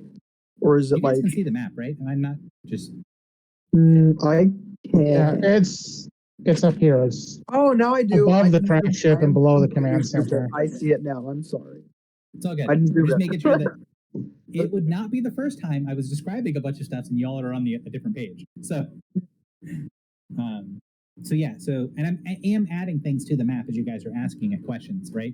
So Yeah. if you're I didn't see this on the map, it's because I might have just typed it or just moved it from a different layer. Okay. So it shows you a very detailed outline of where the brokerage area is. So we're planning. Where were we planning on going? Like we know the end goal is the vault, but we were planning on going to the brokerage then. Yeah, that First, honestly then sounds there. like the best idea, because if we can get some get permission to be here, Yeah, that'll make life easier.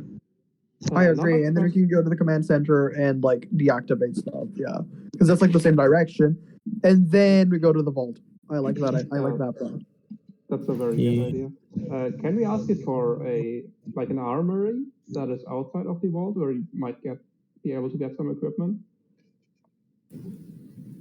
It'll give you a similar response. So you can ask it a bunch of different questions. What you'll find is that as you ask it very specific questions, outside of explaining you the brokerage, which tells you how to get onto security contract, it'll basically tell you it's not going to give you, it has that information. It's not going to give you information that it considers to be privileged to the facility. So Right. it's giving you these very vague things, and then when you ask it a specific question that it thinks it's worth sharing to you, it does give you a ton of information about the brokerage area, but then it'll tell you vaguely where the command center is, vaguely where the crash ship is, vaguely where the vaults are, and it doesn't really give you any details about any of that. Okay. Could I try to hack it via this terminal? I mean, I think personally that Basically- the answer is to get specifics. We can go to the brokerage. Yeah. Can it give us any details about the intruders? That's what I wanted to ask, like to see if it knows if there are intruders or where they are, if possible. Yeah. And Most when they are. if they exist would be the more important. Yeah. Because it's vaguer. So before I answer that, Echo did have something I'm going to say, but Oh yeah, go sorry. ahead and then I'll answer. Mhm. Yeah, how stupid would it be to try to hack the terminal with pressing random buttons and hope you got the correct thing?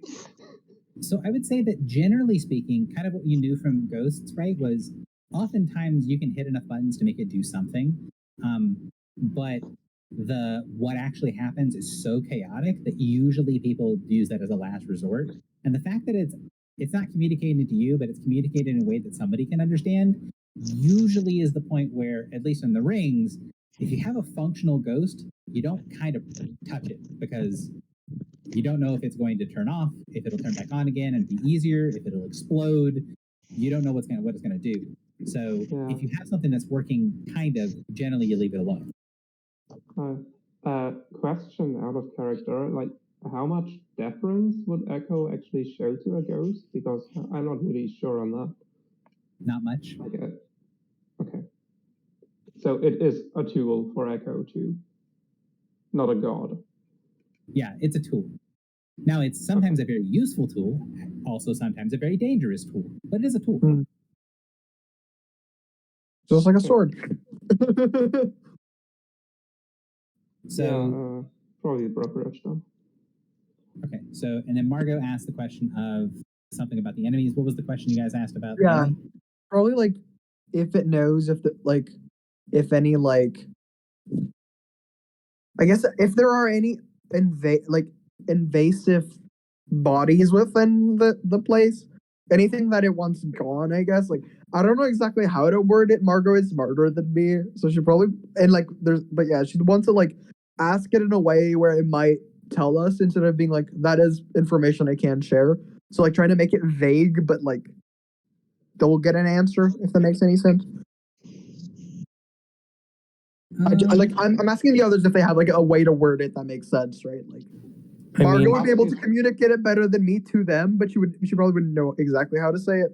But she'd be trying how do you want to word this, right, to make it work. Roslyn says, ask if there are any particular threats to our trip to the brokerage that we might have to engage with.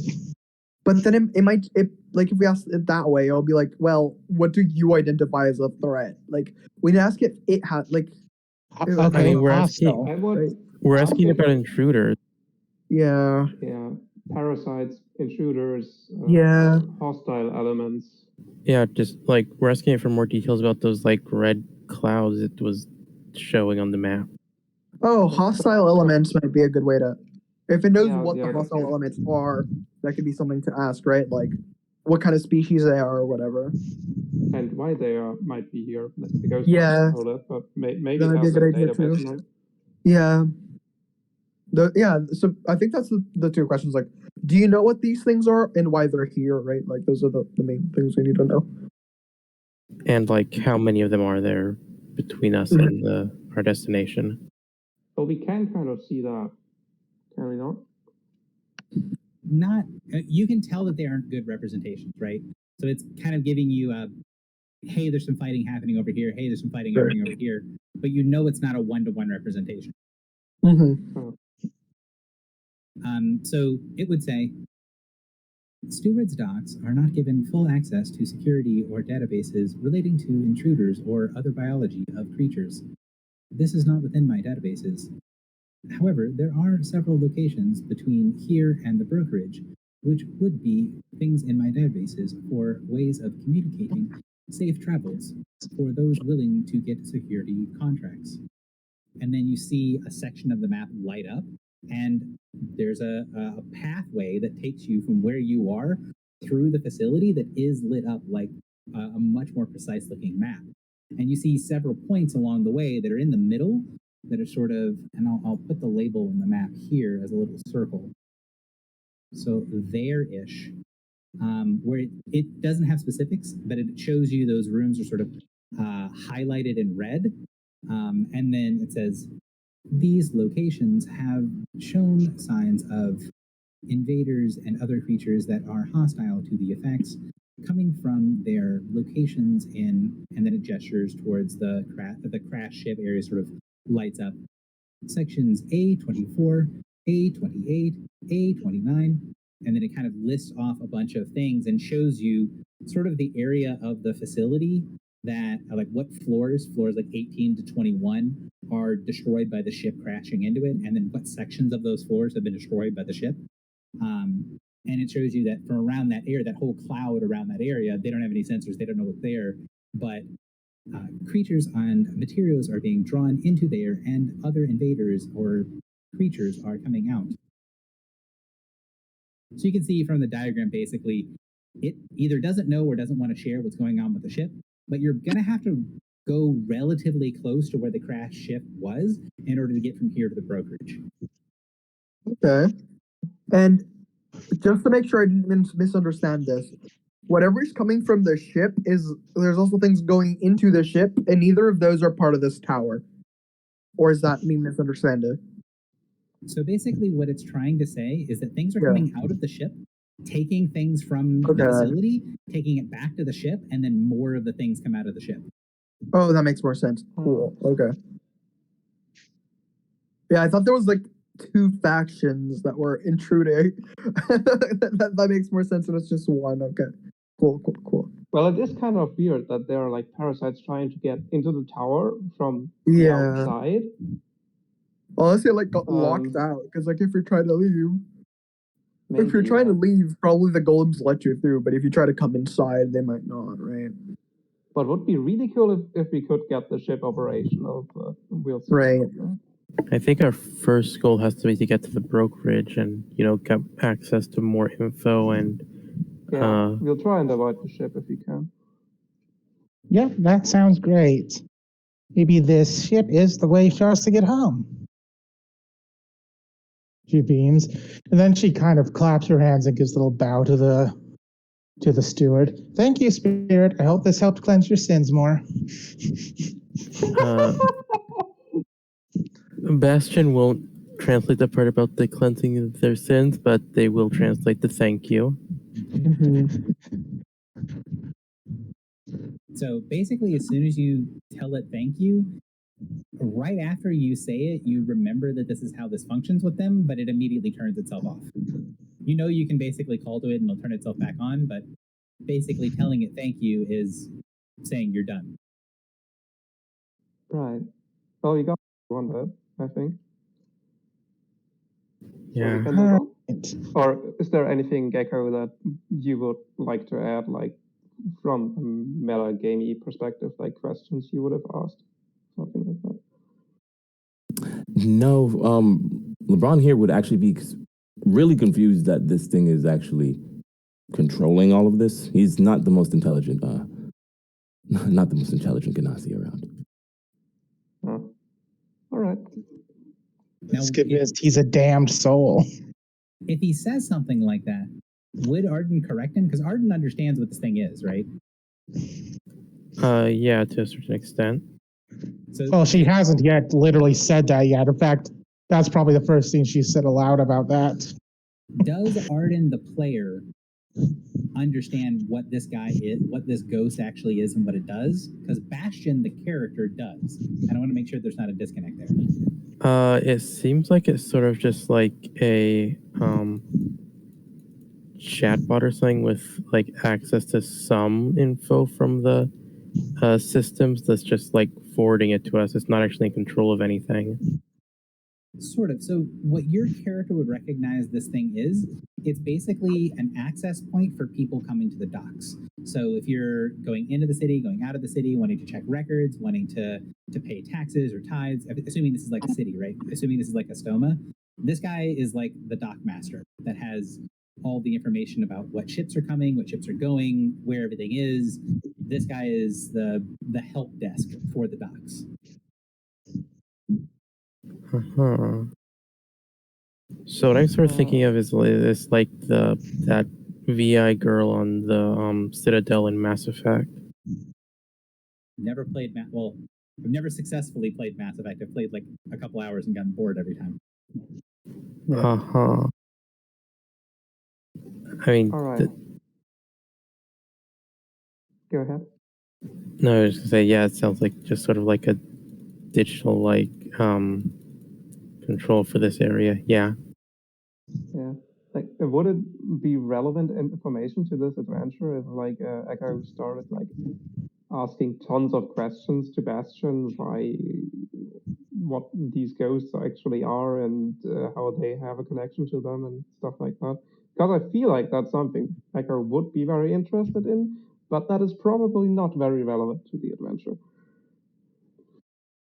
I mean, it's definitely something that would make a lot of sense, and you talk about like while you're traveling and before you guys started the adventure as well. Yeah. So I just want to make sure I'm typing it out. And when I do ask, basically, when you guys are at a fork in the road, I always type it out. It sounded like there was a bit of a consensus from the group, so I didn't give the normal list that I normally do. But just to be clear, the idea is that you guys are heading to the brokerage and then figuring out where to go from there. That does seem to be the group decision. Yeah. Yep. Yeah, that makes the most sense. And is the plan to take the core with you as you go? I assume so, yes. Yes. I mean, once we get to the brokerage, we might even like be able to like turn it into an actual weapon that doesn't attack us. Sorry if I'm munchkinning too hard here, but I'm having a lot of fun at the thought. I mean, that could be what your character's thinking, so it's not even like metagamey stuff. It's just kind of cool. Yeah. Right. So, let's see if I can do this.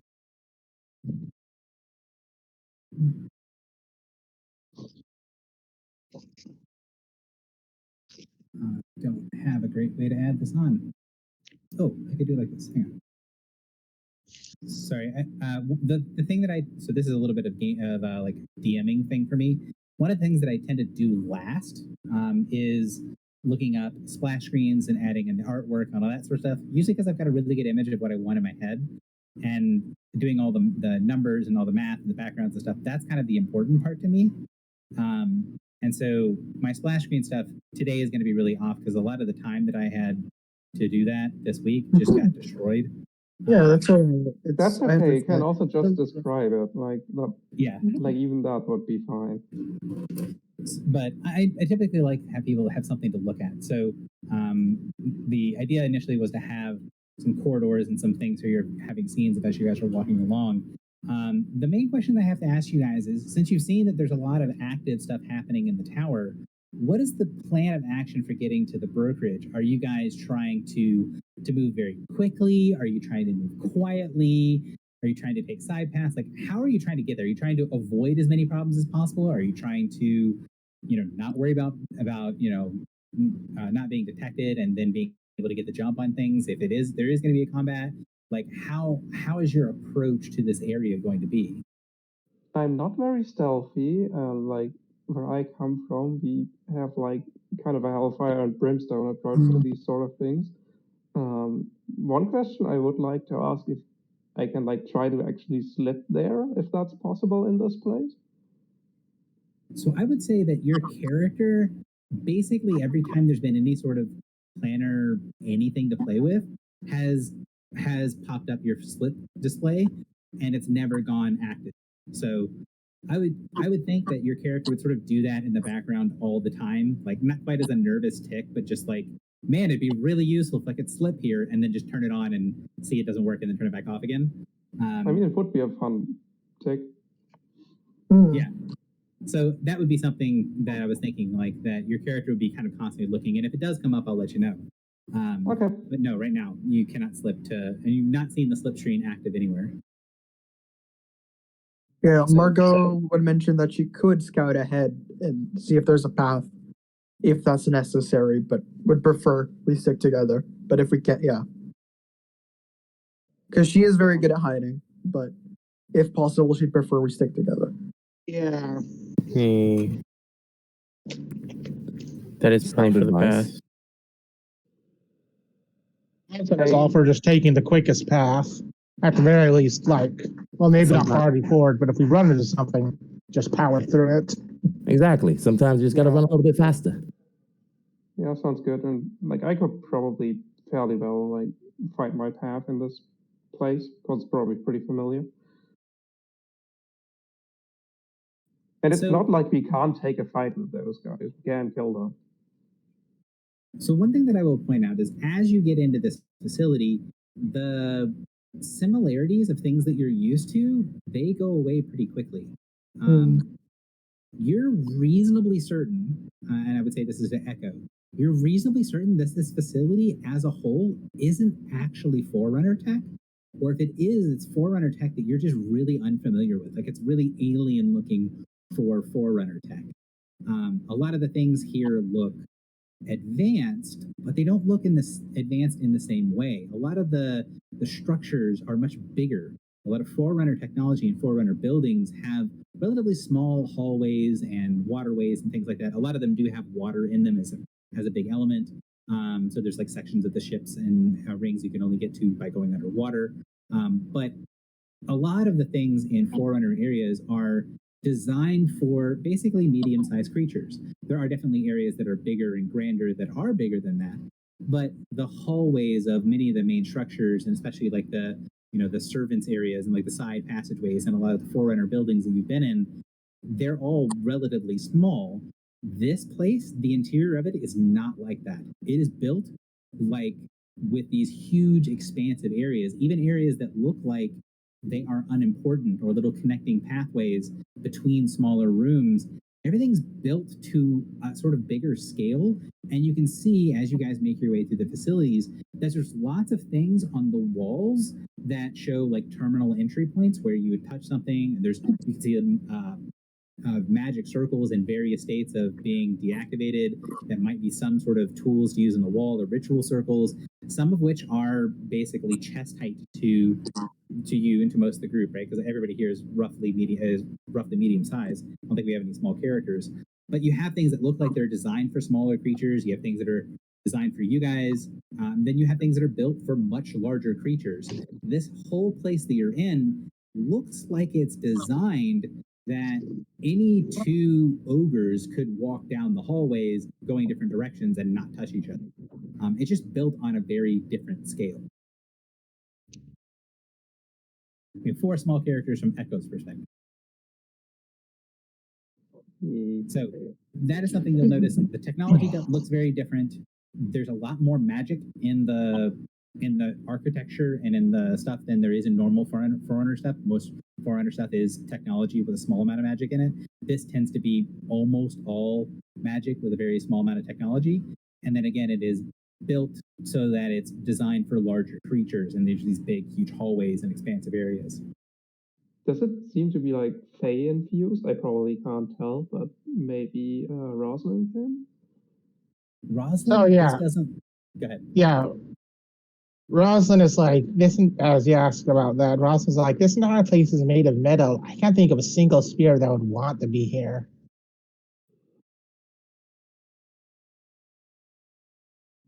Margot try to extend her magical senses and arcana to see like what kind of magic might be coursing through these, like what its purpose might have originally been for like the tower in general.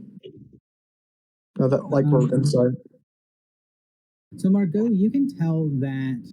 So with your detect magic, with kind of opening up your arcane senses, you can tell that there are very strong foundational magics in play here that are more or less the skeleton of this structure. So the bare bones of this facility are magically infused, probably fortified with magic, and then there's more stuff sort of built on top. Most of the magic here is deactivated and has been broken down or worn away long ago, but there are still some pieces that are working. Interesting. Okay. Yeah, she'd probably like tell the others like how to word this. Whoever created it, whatever way they had created it in, and whatever purpose this place originally served, it can't serve properly anymore. Most of the magic is gone. Most of what's left is just the foundations, like the very base of this place. Everything here, the base of it, the skeleton is magical. The technology was added up on top, as was the metal. So maybe its purpose could have been related to the Fae, but currently it definitely is not. It might have been at one point. We can't fully rule that out, but as Rosalind said, the metal this is made of, cold iron, is particularly hurtful to those creatures, so I doubt that would be the case. And most of the magic seems to be arcane in origin, from what I can tell. At least most of what's left over. Perhaps the creators built this place to channel the magic of this place or contain something.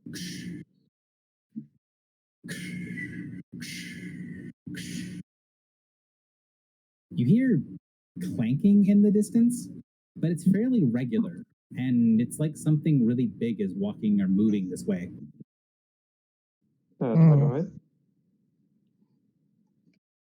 So where you guys are in these corridors, there's lots of little side paths, little rooms on the side. It sort of depends. You can hear it's coming down sort of the main pathway you guys have been following.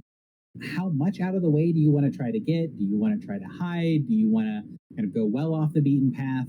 It is making a lot of noise. It doesn't seem to be doing anything to hide its presence, and it is walking this way. Okay. Margot is gonna like point to like the nearest like spot that's like hideable in, like close enough to like still see the thing coming through, and just gonna say in like a more hushed tone than the creature, so it might not be able to hear potentially. Just say, I'm gonna go in there. If y'all need a better place to hide, find one quickly. They can probably detect us through walls. We should move away. Yes, you're right. Do want to see what it is. So does Margot want to go ahead and the rest of you finds places to hide? We can see what it is once we've gotten to the brokerage. Like, we can take a detour. It is walking the way you're going. So you can try to make like a bigger detour around it, but it would take you off the central path that you were sort of following from the ghost. Right. That would be my advice. But if everyone else is staying, I will stay too. I think we probably should at least see what this is before we decide. Yeah. I'd like to not go too far out of the way just yet. Yeah, she'd duck in whatever like corner or vague hiding spot is closest. And, Any side doors, step in for a bit. All right, so you guys hide a little bit, and then Margot, you're gonna head ahead and give me. I'm gonna do a stealth check for you. Cool.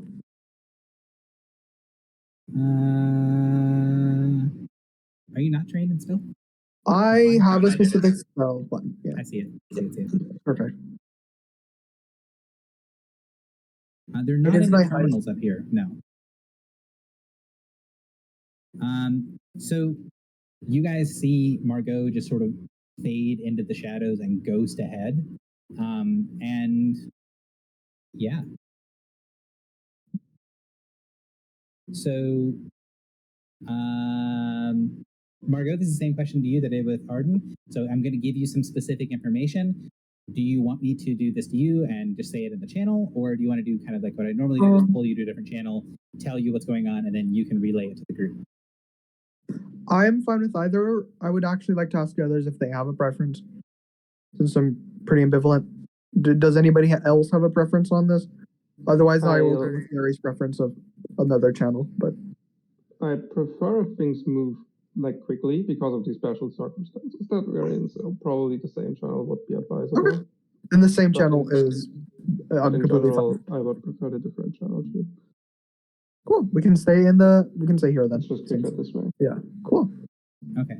So I am going to send, because I don't have the splash screen set up for it, I am going to send just the picture to you. Okay. And then I'll give the description to in the channel so that people can hear it. So here is the thing that's moving along. Oh shit, that is not good. Okay. So you see this enormous golem that is thudding down the hallway, moving very purposefully, and it is covered in these heavy spikes that are spikes off of its head, its arms, its shoulders, its chest, and some of them are straight, most of them are barbed or hooked, and there are, kind of covering the creature's body, there are dozens of the parasites that are skewered, impaled on these spikes, some of which are still writhing and moving, most of which are dead. As the creature is taking a few steps, stops, it looks around a little bit. You see little bits of things light up around the helmet, which your character with the previous kind of detect magic stuff would recognize as he's using detect magic or something similar. And then he continues to move on. So he takes like 4 steps, he looks around, 4 steps, looks around. And he's doing that, and he has this sort of mass of creatures pinned to his body. Okay. I think Margot would like to, if possible, size it up to what she's seen was the chain golem was capable of, and like compare, like, okay, how much stronger or weaker than the chain golem do I vaguely think this thing will be? Like, is it able to take down 20 of those or 40 of those parasites by itself, or is it closer to us in power level? Like, where it's like, yeah, we might be able to take it if we have to. Because, like, she is confident we cannot fight the golem, one of the chain golems. But this one, maybe. She wants to try to find out if it's like, is it worth trying to risk it, or should we just run past it? So with the check that I made for you, I would say that you can tell not a whole lot from the size of it, just because you don't have a lot of experience with these types of golems. Yeah. You can see that the golem has taken some damage, so it's not in pristine condition. And most of the parasites that are pinned to it are the sort of I would say like the smaller parasites, not the skittering parasites, but the ones that the forerunner parasites. You don't see any of the sort of more unique looking parasites pinned to it. So from the combination of seeing what it seems to be killing and that it does seem to be taking a little bit of damage, you think if you had to, you could take one of these things down, but it looks pretty intimidating. Yeah, so it's like, if we have to, it might be, we can probably win, but both because of like, well, it's on our side in air quotes, might be better to avoid anyways, and it looks dangerous enough to where it's not going to be an easy fight. It's a possible one. Okay. So yeah, she tried to stay. For clarity on the picture, do you see the part of where the eyes are in the picture? Yeah, yeah. That's about 20 feet up. Okay. Holy shit, it's massive. Okay. Holy shit. It is not fast. I mean, it's basically moving at about your walking speed, stopping and scanning, because when it takes a step, it takes really big steps. Yeah. You did not think it would be that difficult to get around or away from. Okay. Yeah, in that case, I think Margot's gonna like try to sneak back to the group. Mhm. You have no problem remaining undetected. Okay. Once she gets to them, she would tell them, the creature is a golem, not like the ones before. This one appears to be less chain-based, also significantly less powerful. But it appears to be on our side so far in the sense of it killing the parasites. We should still be careful, but it is also quite slow, so we might be able to get past it and away from it if it does spot us. And in the worst case, we should be able to take it, considering it is damaged, and the creatures it was fighting were the smaller parasites. Or Mhm. we could lure it after us to help us in future fights. True. That is very smart. If it wants to chase us, I think we might not have a choice in that. So long as we can get past it, I don't think it'll be an issue. But if we do want to make it follow us, so long as we stay a few steps ahead and we run into no dead ends, we should be fine. And if we do, we should still be able to make it out alive. Maybe at some cost. We'll get out. There's always a cost. That's true. So I'm going to put the three options that have been kind of battered around here, and see. Give me a 1, 2, or 3 of what your character's immediate vote is, and then we can keep talking. Approach the golem. Okay. Type it into chat, please, so we would see everyone's vote. Let me see.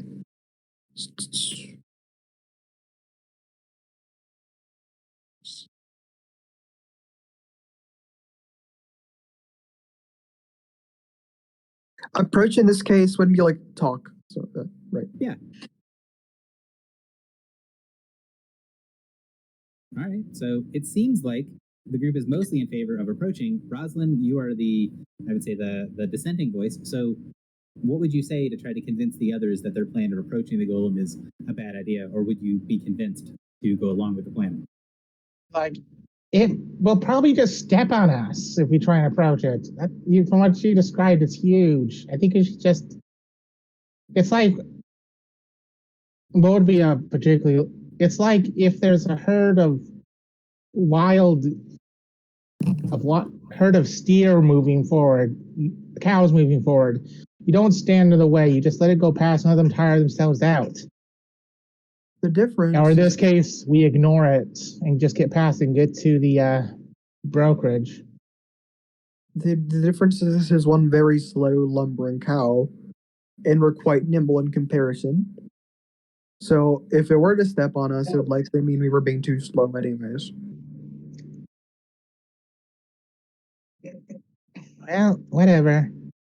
If you guys want to do it, I gotta stick around to make sure things don't get worse. The intent is to get past it regardless, but yeah. So as you guys are talking, thinking, hey, this might be a good idea, the sound keeps getting closer, and then you guys can see the thing turn the hallway at the end as this massive lumbering golem comes into sight. It's now or never. Are you all ready? So you guys see it, its head kind of swivels up, and you see that detect magic. You see that sense of energy radiating from it, and it seems to detect you and starts moving forward. All right. Well, we are going to run, weren't we? Yeah, just to run right past it. Yeah, through its Right, okay. legs. Yeah. Okay. Yeah. Okay. So basically what I'm going to do is I'm going to let it make an attack of opportunity. Kind of go as a group. Oh Is there wait, someone that's... Go ahead. I Can have something draw its that might attention? might help us here if that's how it be. So remember I have this power. I forgot about it before. 1 second. Is it this one? Yeah, it's this one. Don't know if it helped, but Margot would try it regardless. I don't see any keywords on that. Oh, there we go. There's the keyword. It should have, yeah. It has a charm So- keyword. So I don't. She would try anyways. Like I out of character think it probably wouldn't work but yeah, I think she would try regardless because she has nothing to lose here, right? Like yeah. So you try to give it the gaze as you're going by. It doesn't seem to pay any attention. Is anyone going to try to make themselves sort of a more obvious target for this opportunity attack? Margot? Yeah. Like, Yeah. I mean, I Oh can no, one of the mark it, defenders.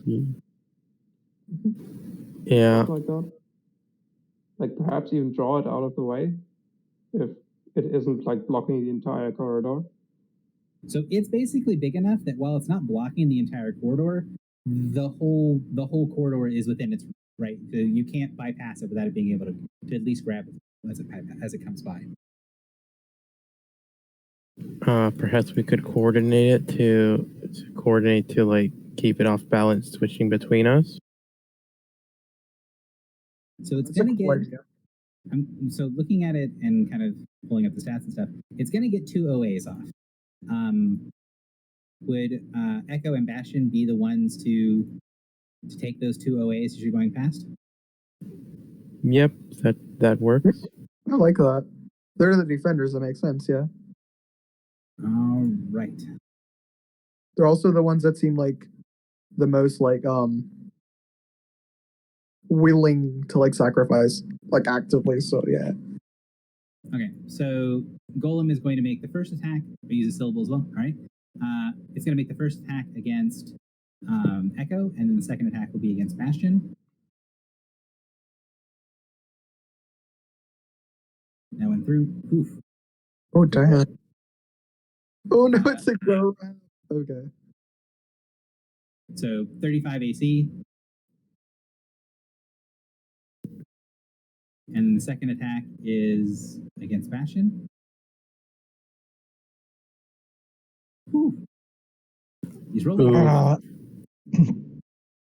So the group runs past, and then the golem reaches down and snatches each of the defenders, one in each hand.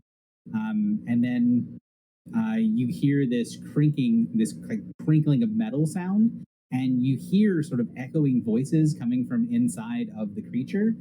And you see kind of almost looking like steam, little sort of ephemeral faces boiling out of the interior of the creature and a cloud around it. And the creature very rapidly pulls itself up and tries to lift the 2 people that it has grabbed off of the ground. So I'm going to put you guys in sort of like mock initiative order.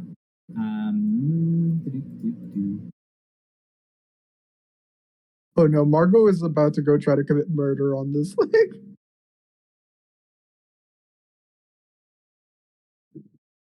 So yeah, once those here, Margaret, Rosin literally skids to a stop. Turns Yeah. around. You have these things behind, and then I'm going to have Bastion and Echo, since they're the 2 people grabbed. Echo and Bastion, have you guys go first, and then have everyone else go after. Do I get my Harrier's Rush? I don't remember what Harrier's Rush does, unfortunately. Oh, that's true. It's the first creature that hits you during an encounter. You get to free action teleport to any square adjacent to it and then whack it. Yeah. So yeah, you'd be able to do so. 34 AC does hit it. You're no longer grabbed. Bastion, do you have anything that helps you with being grabbed? I don't think so. Yeah, no, I don't think I really have anything to get out of a grab that easily. All right. Athletics so Bastion is moment? still grabbed. And Echo, it is your turn. I'm going to have you go first, and then we'll kind of do this half in combat right here. The goal of this sort of challenge is to get this thing to chase you, right? I thought it was just to get past it. Yeah. Well, like I think getting it to chase us was like an extra benefit, but that was mostly getting past it. Okay. So the escape DC is 20. So if you wanted to make a athletics or acrobatics check, that's the default way to escape. Or you could do something else to try to get away from it. I can try athletics. Okay.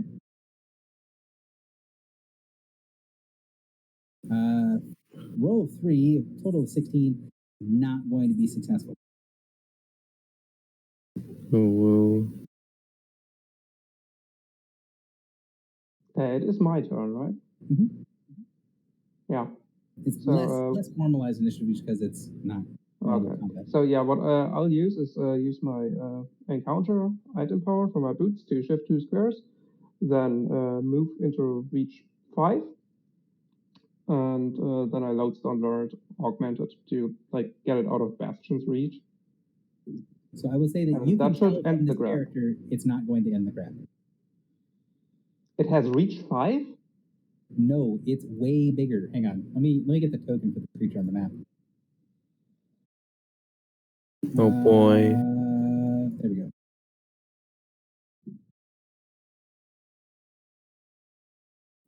Yeah. So if like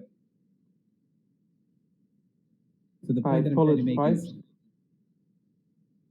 he's reached 2. So if you pull him 5, he's still going to be able to hold on to one person behind him because he's 3 squares wide, I think. Let me double check to make sure the math is correct. wait, no, I move away 5 squares and then I pull him 5. So the distance should increase by 5. 1 second. This token is not properly shown. So he is 4 by 4 by 4. So if you pull him 5 squares, Yeah. if you pull him adjacent to you, Bastion is still in reach on the other side. Yeah, but I move before I pull it. I understand. Wait, but can I not just target the closest square of it when I pull it? Right, but the furthest square away from you is still going to be out of range. It's still going to be in range of Bastion. Does that make sense? If I move here and pull it adjacent to me, it's still in range of Bastion? Right. So what happens is when you guys tried to pass, it grabbed you. So if you pull him, if you get 5 squares away and you pull him 5, because of how big, oh no, you're right. Never Yeah, they mind. also I'm could thinking they could of- also teleport to any adjacent squares, so they could be anywhere next to this thing right now before the Mhm. movement. Yeah. That's fair. Okay. So yeah, it is. If you do that, it's going to pull it into the rest of the group, though. I imagine. Yeah, I'm not gonna run into the rest of the group. That was just for demonstrating purposes. Like, I'll backpedal if necessary. Okay. So you're going to go back the way you came. Actually, I don't use my miner of my boots, so I activate my flight thingy so I can fly over it. Okay. And, I will take an attack of opportunity. Okay. Is it marked by Bastion? Bastion's not had a turn yet, so I don't think so. Again, this is kind of wibbly wobbly. Yeah, it gets an attack of opportunity, and then I use an augmented. Wait, if you're moving away from the party, that's kind of letting the thing separate us. I can fly over it. Not without provoking. Yeah, so Okay. If it hits you, it grabs you. it's not going to. Did last It did once time. the first time. It hit the first time, missed the second time. Yes, but like it's a chance for a grab, so to pretty guaranteedly end one grab. So I think it's worth it. All right, go ahead and give me your lodestone. You're gonna pull it back your direction, away from Bastion, away from the party.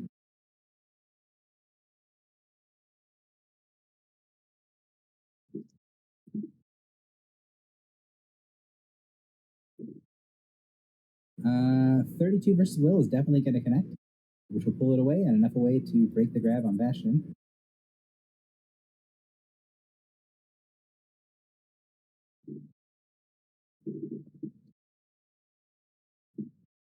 And that concludes my turn. All right, Bastion. So the 4 of you guys have made it to safety. I mark it. Okay. That's not the right pink, but you know what I mean. There you go. Bastion, what would you like to do? So Echo is behind with the golem marked and holding onto it. I will stay with the party for now, but keep an eye out in case Echo doesn't manage to get back over the golem. Okay. Gecko, LeBron. Let's see if there's anything I can do to get him over here.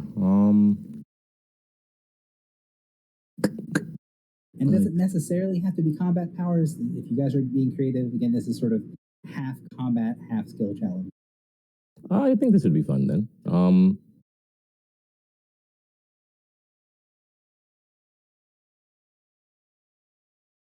Officer, you may see switch places the initiative order. Your turn ends. Use this power. Takes a turn. Yeah, that's cool. Echo. I would make Echo, repeat. Oh, that's really cool. Go again. Oh. Well, I am past it, so I'll just fly over it, I guess. So take another opportunity attack. That's such a But cool I will use power. full defense before. That doesn't hit Gotcha. anyway. So, you fly across. Everybody's on sort of the far side of the golem, and as the golem does sort of slowly turn around and start your way, it is very slow, right? Like It now is that you guys immobilized, actually, from because of Lodestone Lure. Lodestone Lure, right? Oh, right. Well, the end of your next turn. Oh, this is Yeah. a turn. Oh, Yeah, okay. you Never took mind. another full turn with this. I should have so- said I used Lodestone Lure before I moved then. Okay. I didn't.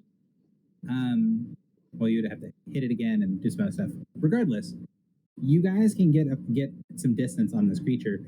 You guys are all faster than it, and even if it's sort of moving along, it doesn't really seem to be running. You're not even sure if it can run, but it is moving purposefully along. It stops taking those every few steps. It would scan, and it just sort of pursues you continuously at this very constant pace. Go ahead. I was just making a commentary, nothing serious. So it is now thudding behind you as you guys are making your way through. You're still going down the central path to the brokerage. It's not that difficult to get to where you're going.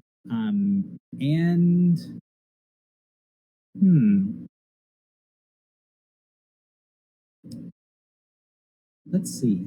So you guys are approaching the section on the map, which I had sort of labeled as this little green area, which is the area near where the crash ship was that the ghost had let you know is in a dangerous region. Do you guys want to change what you're doing at all as you get into this area, or is this just continuing on and making sure you're keeping a step ahead of your pursuer? It might be a good idea to have like our Margot. Like Margot's real stealthy, right? It might be a good idea to have her like sneak ahead a bit. Because like see if there's any trouble. yeah, we don't want to. Also rather stealthy. We don't want to get surprised when we have someone chasing us. You know, we need to be able to like. We don't want to get be it out. stuck in a rock in a hard place. Don't worry about surprises.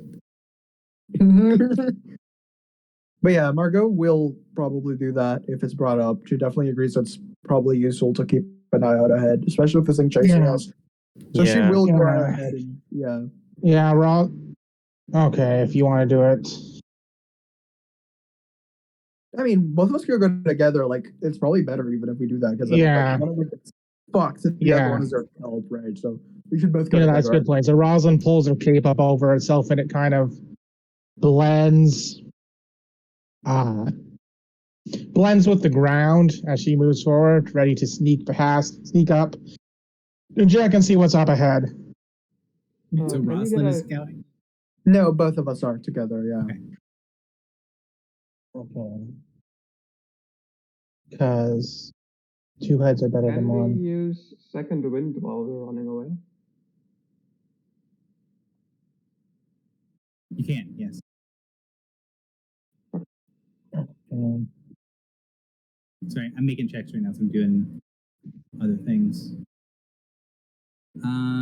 So both of you guys go ahead. It's really easy to kind of pace yourself with how far ahead you can get. You don't have to sprint to keep ahead of the group, but you do have to move at a sort of a more quick pace than you'd be comfortable with trying to be sneaky, right? So the idea of stealth generally is that you only move a couple squares at a time, or you take a pretty significant penalty to stealth. Because of the fact that you have to keep moving with the golem pursuing you, you sort of have to take that stealth penalty in order to get ahead, enough to be able to not only scout but to outpace the party while you're doing so. So both of you take the penalty for stealth and get ahead.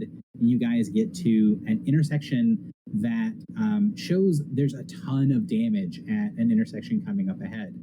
And there's very clearly been some sort of major fight at this intersection. There's big chunks of the wall that have been torn away. There's nicks and scrapes and things around the walls and ceiling. You see there's blood spattered all over the place. It's not nearly as gory as the room with the chain golem in it, but it does look like there was quite a bit of battle here. And you can see that some of the marks of blood and battle go off the way that you're coming. So you're pretty certain that you get to the intersection where the golem fought the parasites. And you can see that what happened to the chain core. I imagine you guys still have it. Yeah, people are carrying it. It's between Echo and Bastion, right? Well, Probably yeah, not where we were the whole- passing the golem, though. Yeah, exactly. We can pass it around. Yeah, it was probably like Margot and Rosalind, or If we could do LeBron that. and Rosalind or something. I don't mind and hand waving something. it because I think it's cool to get Yeah. it with you. Yeah. So you guys see the intersection where there's stuff where the creature fought the parasites, and you can see down the tunnel. The direction you're going doesn't show other signs of like conflict and things like that, but you can also see that down the way that the parasites apparently came from and where some of the wounded left, that there is a ton of damage, and in the distance there's a collapsed area with bits and pieces of rubble that look like there's been a kind of a tunnel pushed into it. So down the hallway that you can see that's kind of off the main path, you can see there's probably where the crash ship is, or the damage created by the ship crashing into the building. That is kind of the edge of the area you're at. So you're coming up on the intersection that gets the closest that the path does to the ship. And you can see in the distance some parasites, some of the smaller skittering parasites that are moving around the edges of that rubble that's in the distance. You're pretty certain that if the group goes by, and definitely if the golem goes by, the parasites are going to notice. Whether they come after you or not is sort of a different thing. Okay. Well, ideally, we leave them Yeah. to fight and can just keep going. Yeah, that's exactly what I was thinking. Like, get them to fight each other and just haha and leave. If possible. Like, So yeah. and just press ahead. Yeah, no, yeah. Well, like I think Margot would wait for the others to come. Like, I don't know if Rosalind would agree to this, but depending on what Rosalind wants to do, like I think Margot's idea would be to go back, let the others Yeah, that know like makes more these things sense. are up ahead. We should probably let them fight it out. We'll just get past and let that happen. As soon as the golem crosses that threshold, like these things are gonna see it. So and they will probably attack pretty fast. So we can just like leave as soon as that does happen. Right? She would say probably something like that. Just as long as we stay quiet while in that like area, it should be fine until the golem gets there. At which point we just have to book it.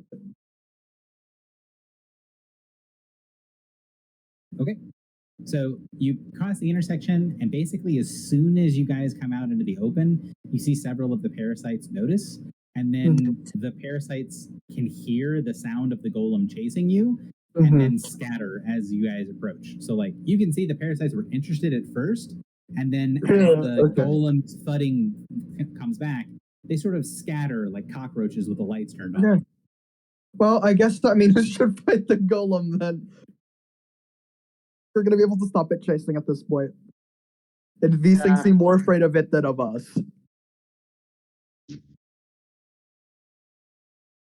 All right, then. Yeah, I think at this point, it's clear that if it isn't going to serve as a distraction, it's time to make our stand. It definitely is being a distraction. I mean, fair. You're pretty certain from the way that they reacted, as long as you can stay ahead of this thing, that the parasites that would come after you from down this area, they're not going to bypass the golem to get to you. So if you guys can keep ahead of it, you can probably keep this as sort of a rolling roadblock behind you. Yeah, I think we should wait at least until we get closer to the brokerage before we do anything about the golem. No, that's a good point because then nothing can come up behind. No, yeah, I didn't think of that. Yeah, we can just Yeah. keep moving then. Yeah. So as you guys keep moving, about another 15 minutes passes with this constant thudding in the background, and your characters are starting to definitely feel the effects of just being winded by the sort of pursuit tactics, right? Like you have to move at a little bit of an uncomfortably fast speed in order to keep ahead of the golem at all points.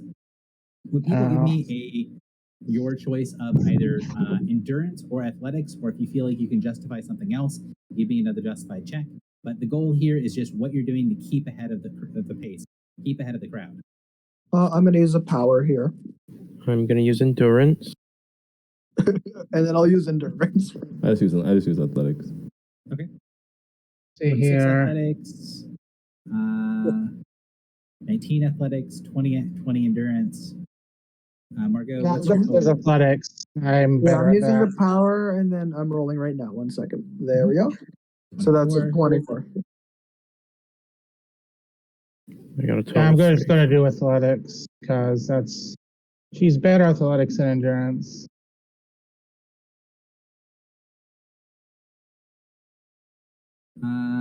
So 23. So all of you all are able to keep ahead. What you will feel is that while you are able to keep ahead in sort of the medium term, right? So over the course of about 40 minutes of keeping ahead of the golem to get to the brokerage, you feel like if you had to do this for much longer, it's going to get significantly harder. The fact that the golem is completely inexhaustible and maintains this almost as fast as you guys can double time it and is keeping up with you without ever running out, you know that unless there was some sort of change to this, it would eventually catch up to you and kill you, or would catch up to you and fight you.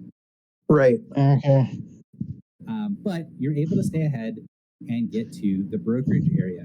The brokerage area from a distance is instantly recognizable as something different. The walls change to look more like you're in a stone cavern. Everything is carved, and you can see that parts of the building are now like built into the structure around rather than the like the building itself. So if you can see on the map, right, you have this big stone outcropping. The building is sort of built into and through, and where the brokerage is it's kind of not necessarily in the big building, but it's in the stone. That's this big stone outcrop that the building is built into. So it's just slightly outside of the main thoroughfare where the rest of the building is.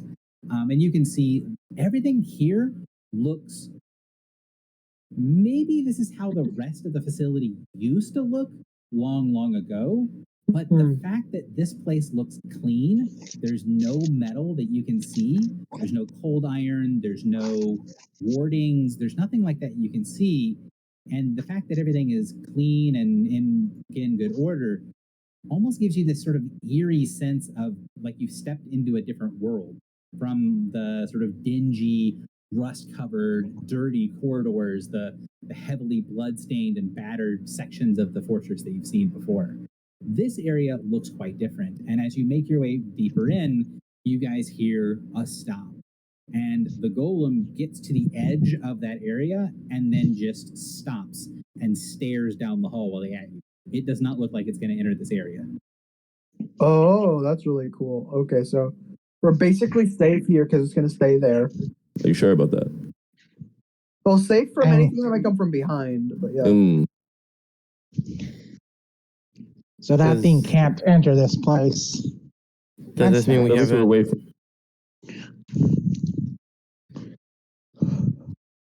Is there a terminal? Sorry, I muted myself. There's no technology in this area at all. The area looks like it's very well carved stone caverns and walkways, and built into the walls, there are these, it looks like either glass or crystal cases that are full of this blue-white liquid. How tall are the hallways? The hallways here, just like in many other places in the facility, are very tall, so it's like 25 feet. Okay. It's a little smaller than the hallways where the golem is. So, two questions. First off, do we have time to take a short rest? You can take a short rest here if you want.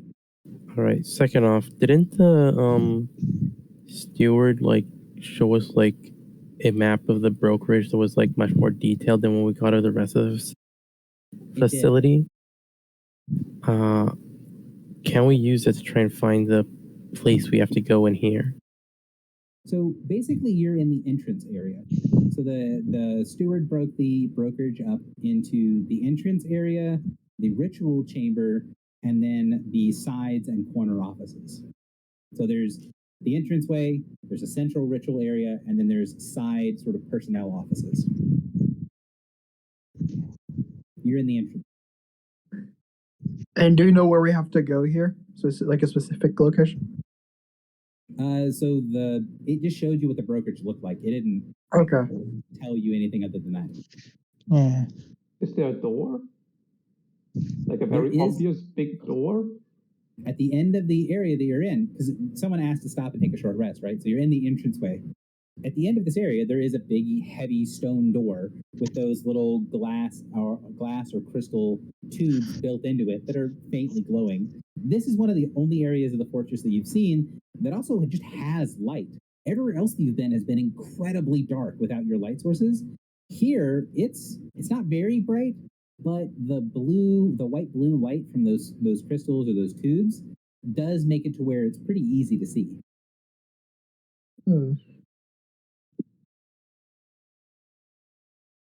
So, all right. So, Rosalind's gonna take a closer look at the door. Okay. Walks up to it, tries to see if there's any handles or any switches that would make it open. So you can see there are kind of big sturdy handles on the door, but the handles on the door they kind of mismatch with the door. Like the door is 20 feet tall and looks like it's made of solid stone, and the handle is like a small horizontal slab of stone that doesn't look like, it looks like it'd be really difficult to open this door if you're just meant to push on it. I tell her to just turn it around, probably. Turn the handle around? Yeah. Or push it like a switch. Just see what works. Is that what you want to do, Rosalind?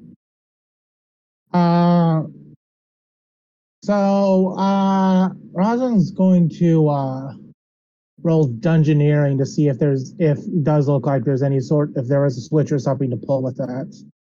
Sure. And you'll know whether they succeed or fail, so go ahead and make the check.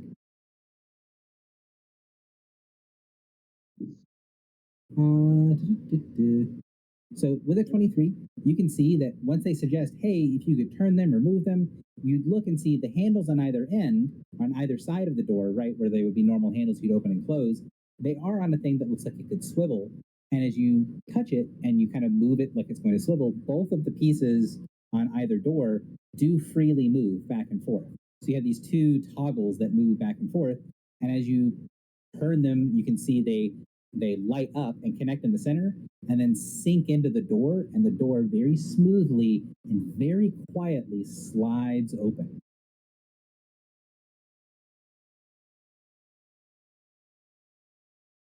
It's really quiet.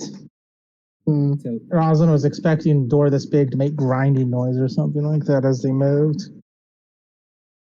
So the interior of this room has that same feel of it being carved out of the bedrock, where it definitely looks like a room, but it's very like naturalistic, right? Like there's not carpets, there's not walls, there's no plaster, there's no decoration. This looks kind of like a cave that has other stuff built into it.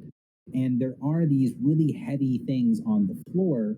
And I'm going to pull you guys to the map for this.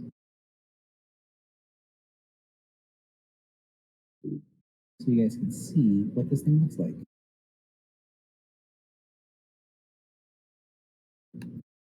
So you guys enter into here.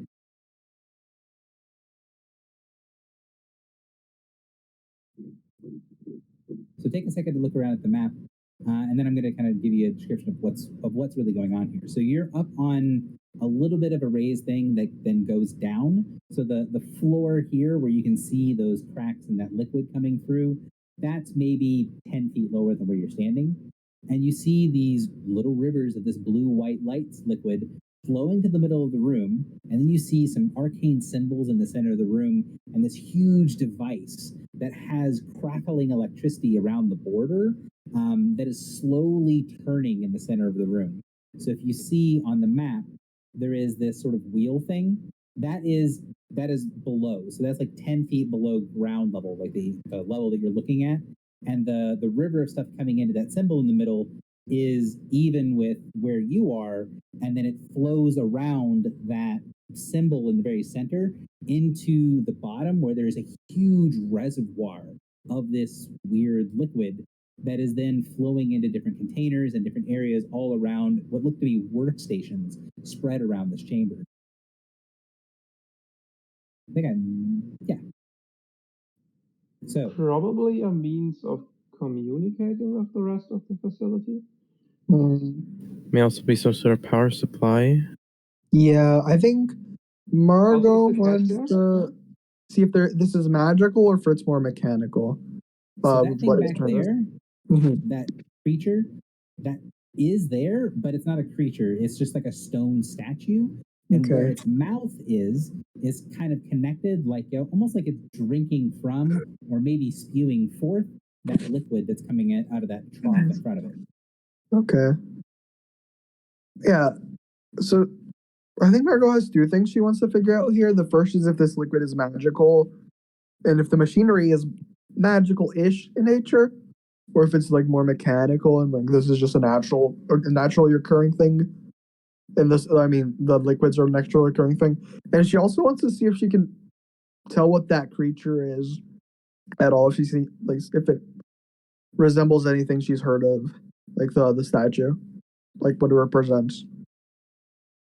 So I do want to try to get in some rough initiative stuff here. So I'm going to clear the initiative tracker and then add everybody to it, because it sounds like lots of people have lots of stuff they want to do, and I want to make sure people don't get skipped over. Yeah. Okay, so let me.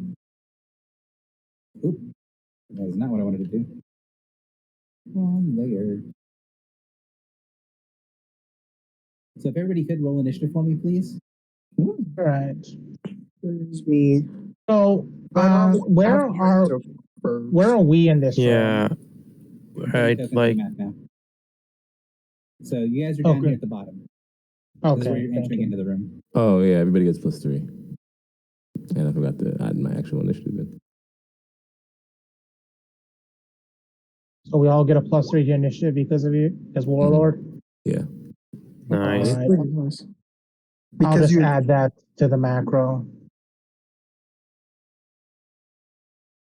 Yeah, I'm going to. Yeah, you should be able to drag yourselves out. Let me try. If you It's a little can't, bit- Margo, because of phone, Yeah. you can do it. Yeah, I'd appreciate. Thank you. All right. Yeah, I showed up. There we go. 3 from my friend. Warlord. Margo, Roslyn, could you toss yourself in? Yeah. Just taking the bonus into account. And there we go. That adds the +3. Okay. You didn't. I don't think you had the correct token selected, so it didn't work, but that's fine. So what I do is for exploration initiative, I tend to reverse things. So we go in ascending order instead of descending order. So that would be, again, and this is more people can delay and take turns. It doesn't really matter until we get into combat, right? But this is just to make sure that everybody gets a chance to speak and I can kind of keep moving through the scene. So by default, Gecko, you would be first, or LeBron would be first, unless you would like to delay or you don't have anything you'd like to do. LeBron is very curious more than anything. You'd probably try and drink some of the liquid or taste it. Oh no. Okay. So you walk up to the liquid. Are you going to try to get like, you got like I probably have like a water skin or something, or are you just going to dip your hand into it? Like, what do you want to do with it? Oh, LeBron has LeBron's sword is not really a sword; it's more of a glorified mug, and he just dips a little bit in there and takes a sip. Okay. So you dip a little bit in, you take a sip. It is very, very cold. Not cold enough to hurt you, but cold enough that it almost burns on the way down. Oh, that's the stuff. And while it kind of is way more cold than you would probably want to drink something, and it is slightly, and when I say it doesn't hurt, I mean like it is slightly painful. It's not like hit point damage, painful. It is very refreshing. Like you feel energized after drinking it. Like, and it doesn't. It's a little too thick to be water, but it's not. How to say that? It's not like ooze. It's just like very heavy water. So, Low-key, okay, isn't kind of inspiring. Can I roll a history check to see if I know what this liquid tastes like? Reminds me of? I don't know if that would really go for history more than like Streetwise or something. But why would history be something here? Something that he would remember, some deep past thing that he's had happen to him or he's tasted. No idea. History would just be the most. That sounds like a great explanation of Streetwise. Of you drank a crazy shit in a bar at one point. History tends to be more like learned knowledge. Be a little bit harder to do. Okay. Then I will just roll Streetwise. Okay.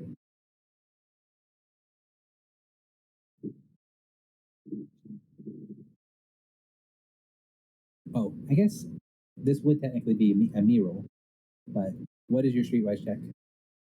Probably 3. So it's 6. You're not certain. The only thing that you can tell is that there is some sort of arcane energies in it, and it doesn't upset your stomach immediately, but you get the impression that if you drink a lot of this, it is going to upset your stomach. I see. Echo. All right. This usual question: is there a terminal? Something like that. Like an there does not interface? seem to be. Okay. Can I roll dungeoneering to see if I have ever seen anything like this or could figure out what it's for? Like the 3 options are basically cooling, data transport, and energy delivery. So there's a lot of different pieces in this room. What in this room do you think would draw Echo's attention the most? Like what would she primarily pay attention to first? Probably the big thing in the middle, right?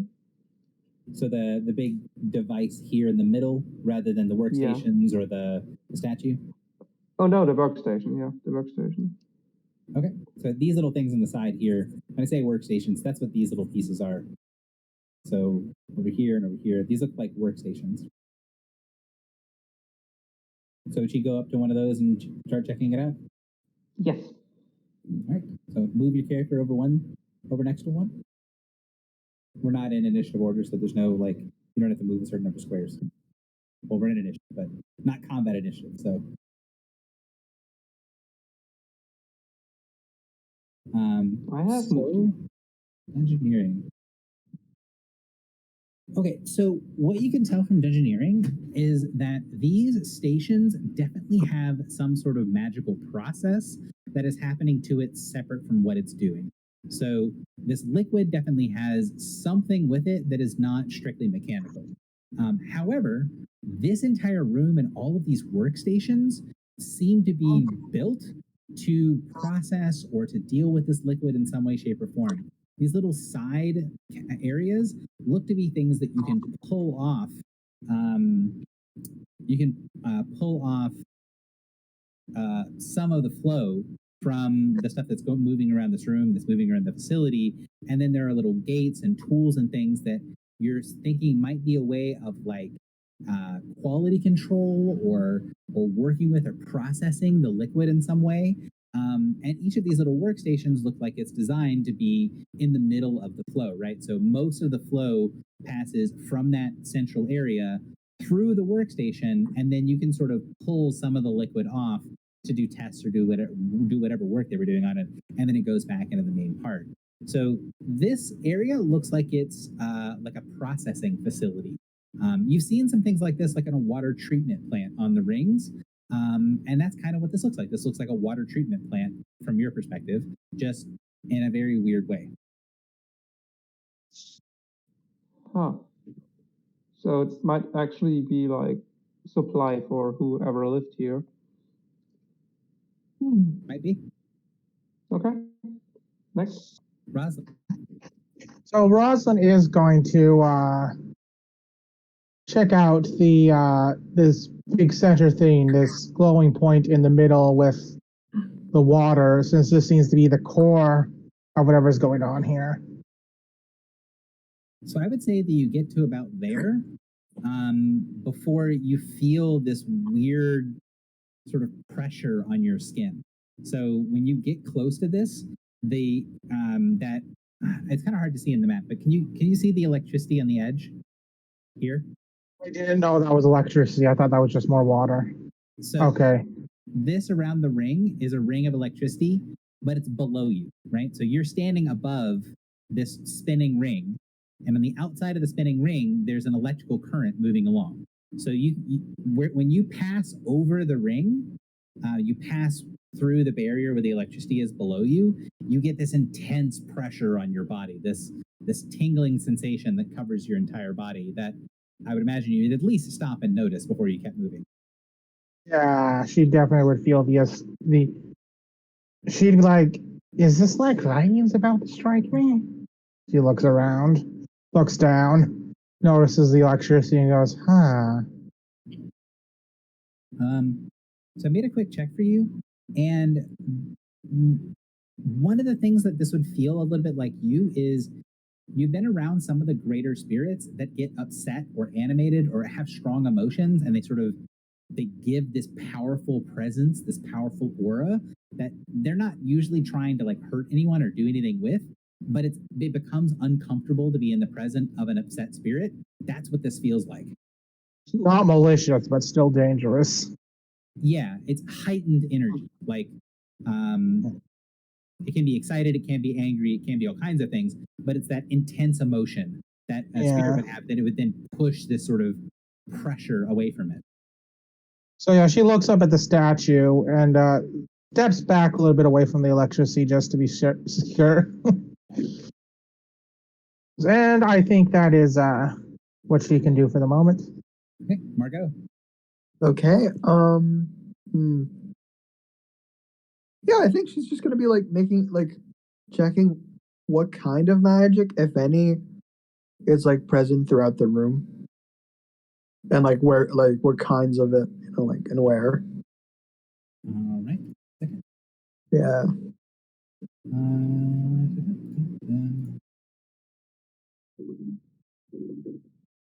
When you open up your arcane senses, you think, "Oh, I'll see if the water is somehow magical." And as soon as you do, it's like you stepped out into broad daylight.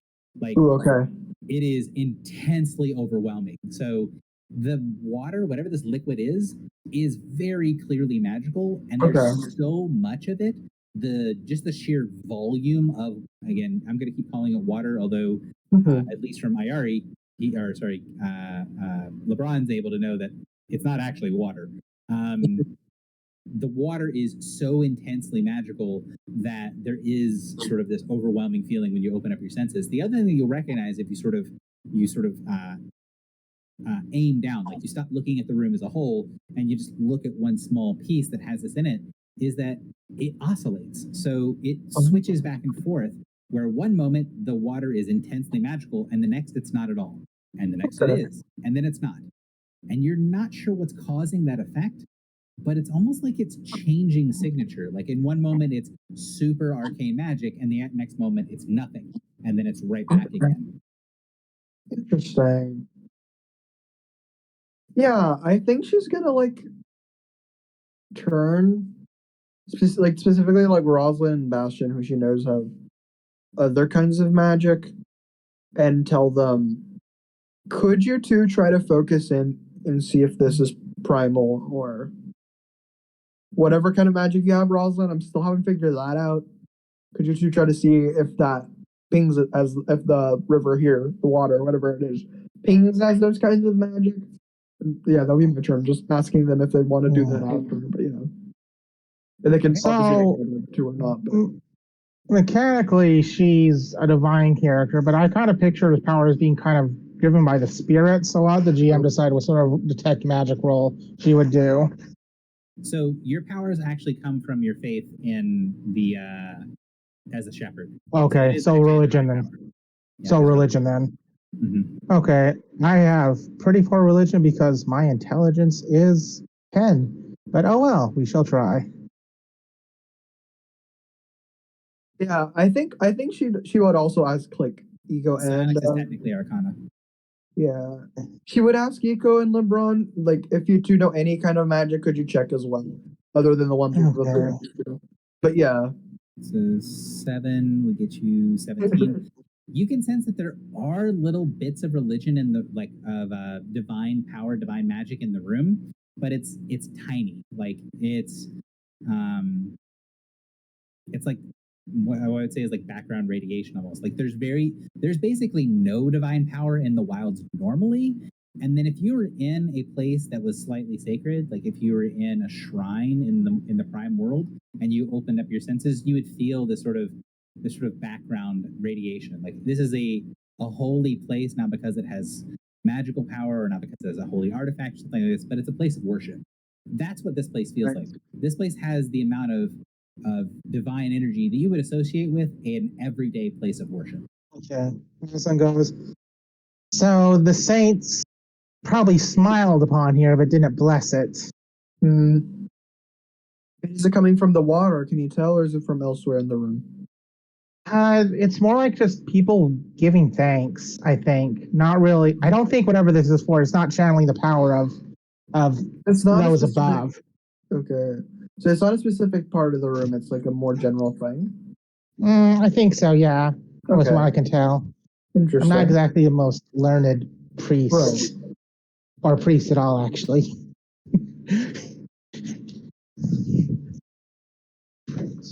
And what about the rest of you?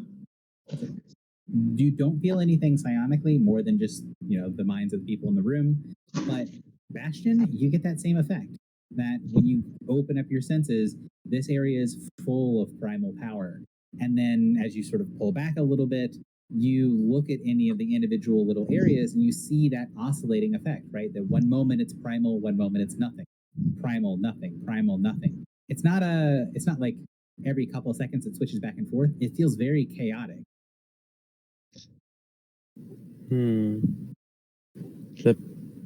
primal energy seems to be coming and going.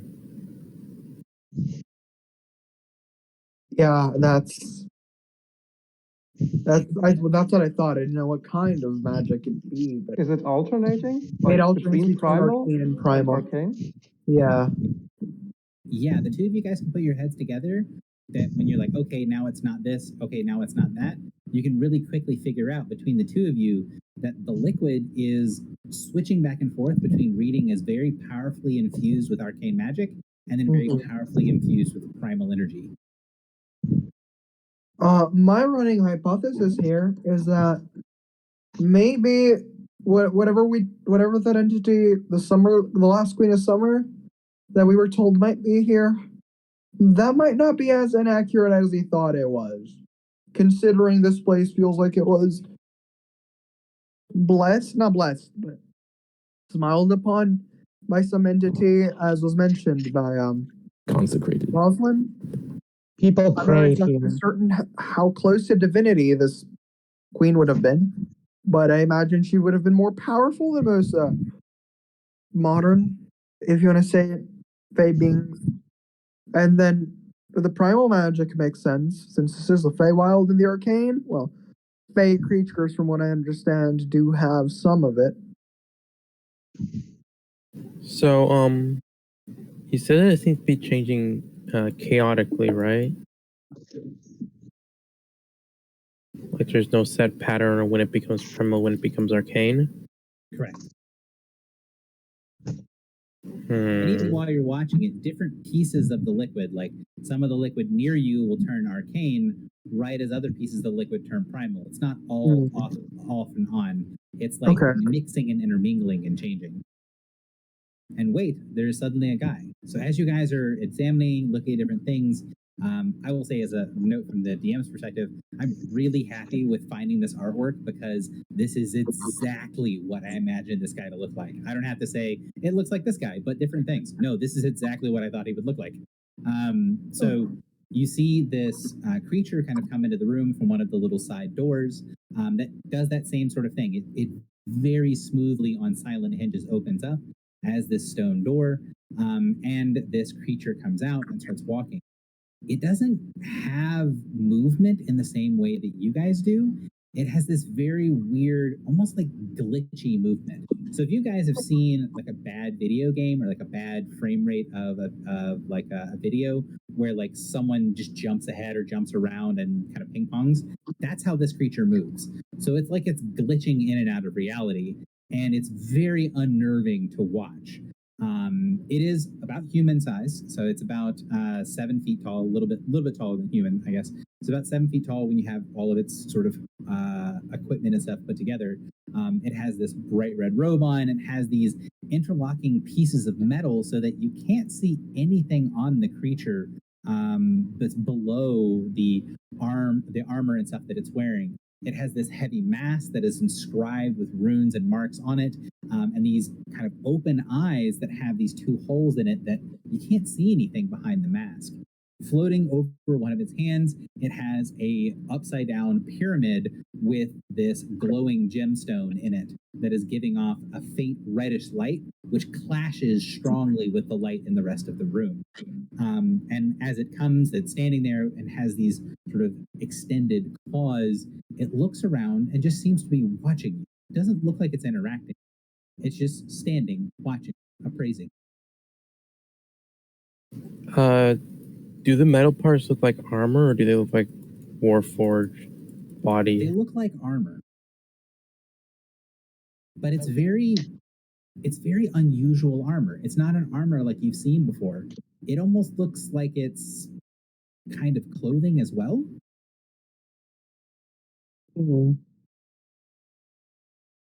Margot thinks back to what we've been told about what might try to stop us, or what threats might be along our way.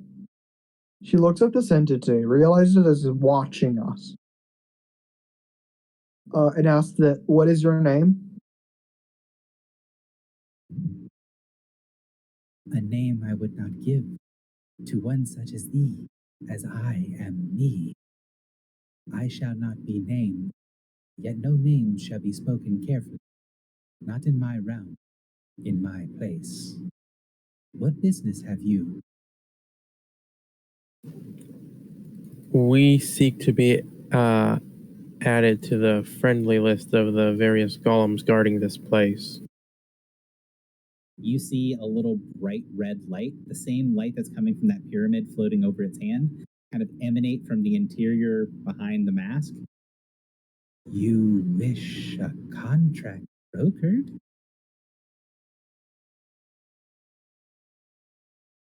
Depends how you want to move your freight. Bad idea.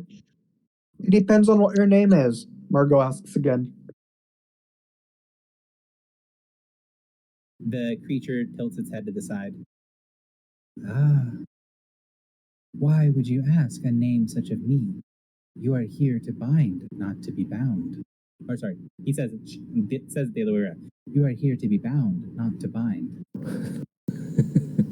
I have my reasons, and this will be the last time I ask. Depending on your reaction, we'll see where this goes. What is your name? You see the creature shiver, and there's this weird sort of chilling effect as you see a cloud of like steam and moisture from around its body kind of cool away, and then you hear what sounds like screams as the steam backs into the body. Ooh, okay. Not a I good thought sign. so. She says, A pure binding, yes. An old binding. But you know of the adversary. Yes. A contract can be made, a binding be done. It has been too long since mortals walked my halls. Please, come and make your contract. okay. Does Margot think that based on the information we've been given, that the funny mist thing might have happened if she'd asked a watcher 3 times, or would that was like this being like, okay, these people know about the watchers, are not bad. Like, can she Was tell? that its name? So, Like that? Oh, Like, the Fae seem to be pretty happy to share their names. And this guy He doesn't. didn't, but he also had a sort of similarly positive reaction. So when you Okay. asked the greater spirits, they gave you the name, but then when they realized what you were doing, they sort of said it and they got through the process and then seemed to be Yeah. happy about it. You don't know what that screaming thing was, but it did seem to be at least cordial at the end of it. It doesn't seem to be Okay. trying to attack you or anything. Okay, and we were told that if we did this to a watcher, the watcher would like go on a frenzy against us or something like that, right? Like they get really angry. We were Yeah, also they're told that it wasn't a themselves. reliable method. It was just a initial method. Okay. Yes. I think So- Rosalind is pretty good at reading people, and nothing has come up yet. So she's immediately going to step forward and say, "Indeed, there's something we need here, and to do that, we need to not be attacked by the golems. So we understand that there's something attacking this facility. If we could aid you in that, dealing with that, could you give us permission to the golems to be here?" 1 second. Actually, I'll just say this aloud rather than type it to you. So, the creature nods. There is trouble, discord, conflict. Yes, I feel it. I sense it. Maybe even some things that ought not be lost could be in danger. You wish to prepare. You wish to know. You wish to be like the others here. Good, good. I can bind thee. I can make thee whole. It looks past you and sees the ball on the chain. And it doesn't have any facial expressions, but something about its body language you see kind of perks up.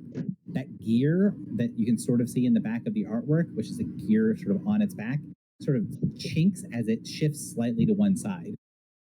The creature then turns back to you, and Rosalind, as it's been talking to you, you've kind of felt something like weird about the way that it talks. Not only the way that I'm talking as the DM, it does say things slightly strange, but the specific way that it speaks, the language it's using, the word choice that it's using, it's like it's speaking your dialect of your small town at home. The way that it talks reminds you of how people talk to you when you were a child. Not that it's talking down to you, just it reminds you of home. Eerie.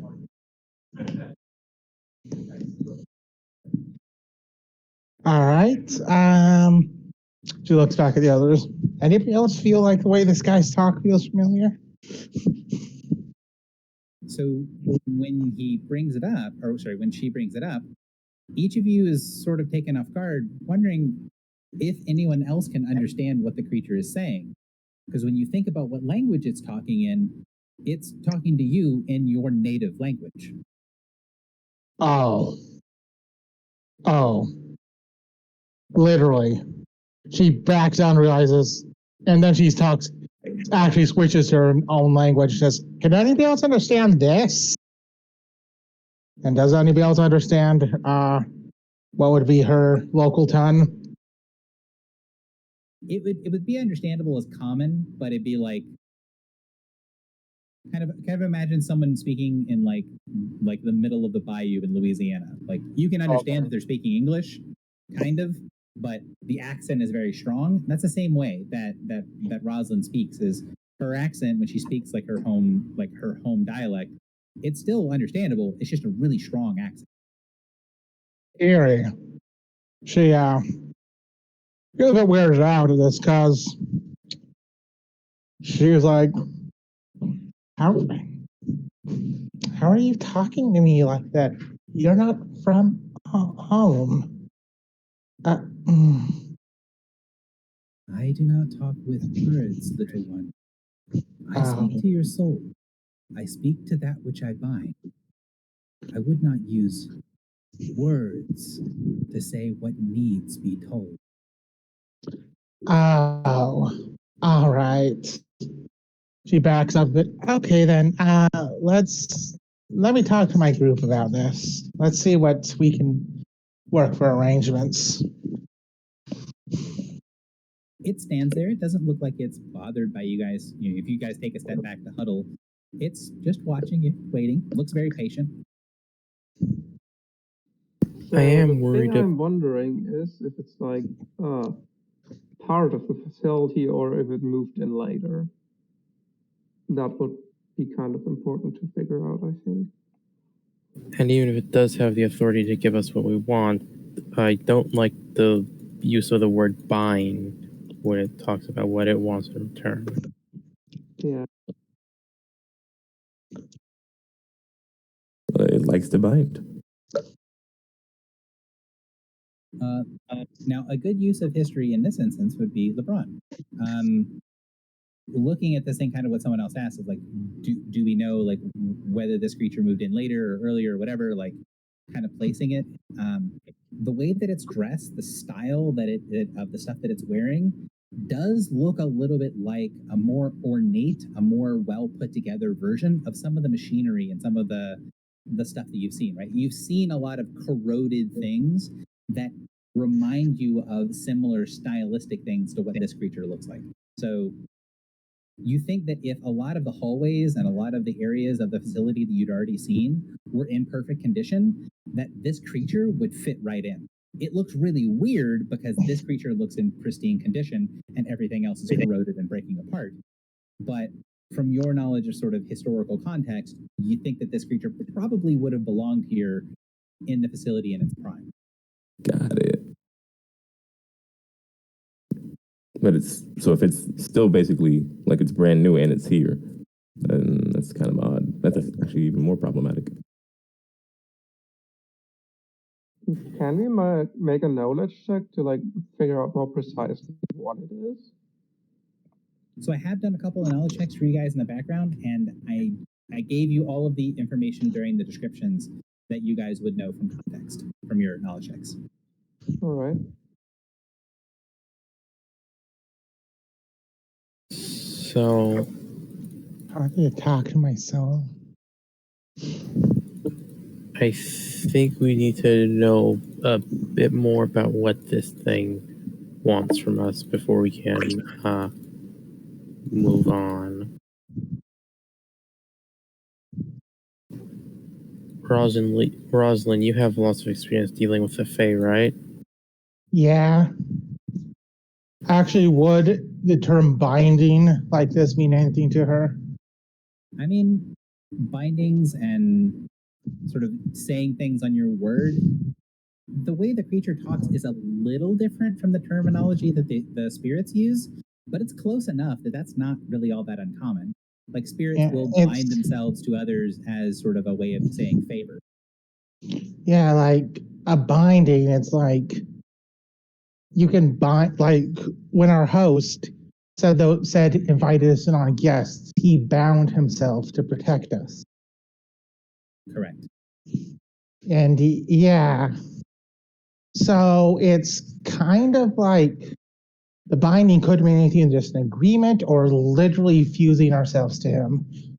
It depends on the context.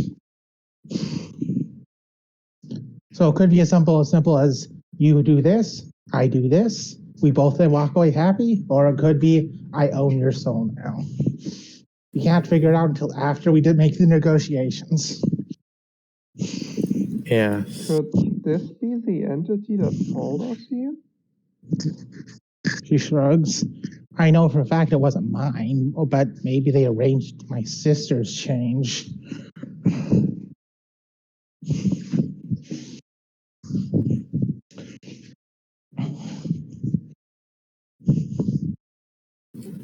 I think I think the first thing we need to know is what it wants from us.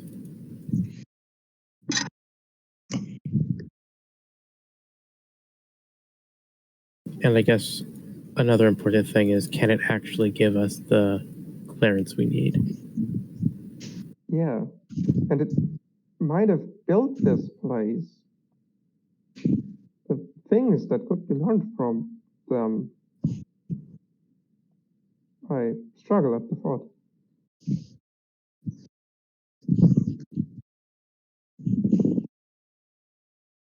So what do you want to do? What do you want to ask it? We are getting to the end of session, at least for today. I took my turn. I'm waiting for somebody else to speak up. Yeah. What is the cost of what is the cost of binding? The cost to bind is whatever you choose to purchase with it.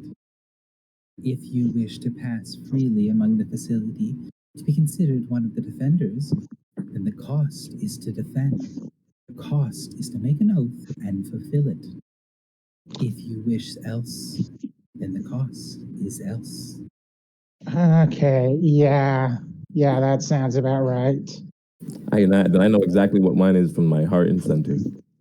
I pledge to support and lead all to their Oh greatest gosh. selves. Doesn't that mean we would be permanently bound to this place to defend it? Or would it be a I said I. temporary binding?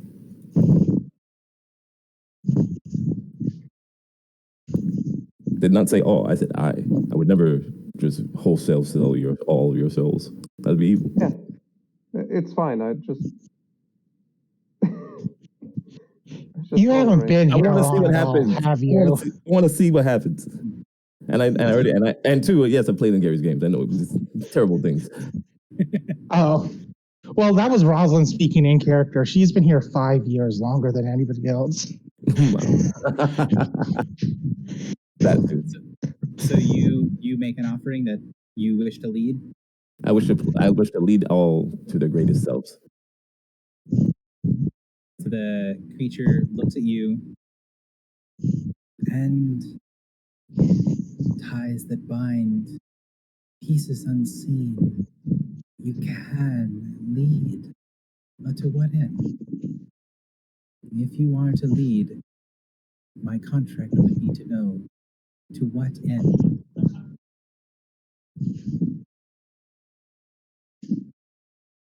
I don't know if you could hear me talking in this voice with the fan here. I don't know if it's getting cut out a little. We're getting through. I hear you fine.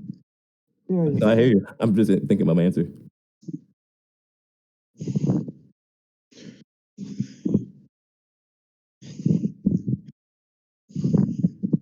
Until my last breath. Oh gosh. So what it's mostly asking you is, what do you want to do? So what? Yeah. What end? So what is your To what end would it be? Would it basically like? I mean, presumably your goal is to get do home. a thing. I want to lead people. I want to lead people to actually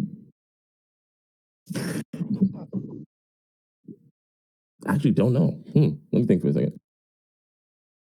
Because I mean, there's a lot of motivations, right? You could lead people because you want your name to go down in history. You could lead people because it's fun. You could lead people because you have a greater goal in mind. Like it's asking you that part, right? Of okay, you want to lead people. Why? What is your end game? And while I want to say Gecko, I want to say LeBron. So while LeBron is thinking about that, Echo, I haven't had you say something a little bit. Go ahead. Then I'm gonna have go back because I haven't heard from him in a while. I think I would do something similar, but I wish to know, of this place and all there is to know about the Forerunners. So, what do you ask it? That, Your binding is to know the adversary. the adversary? Creature nods.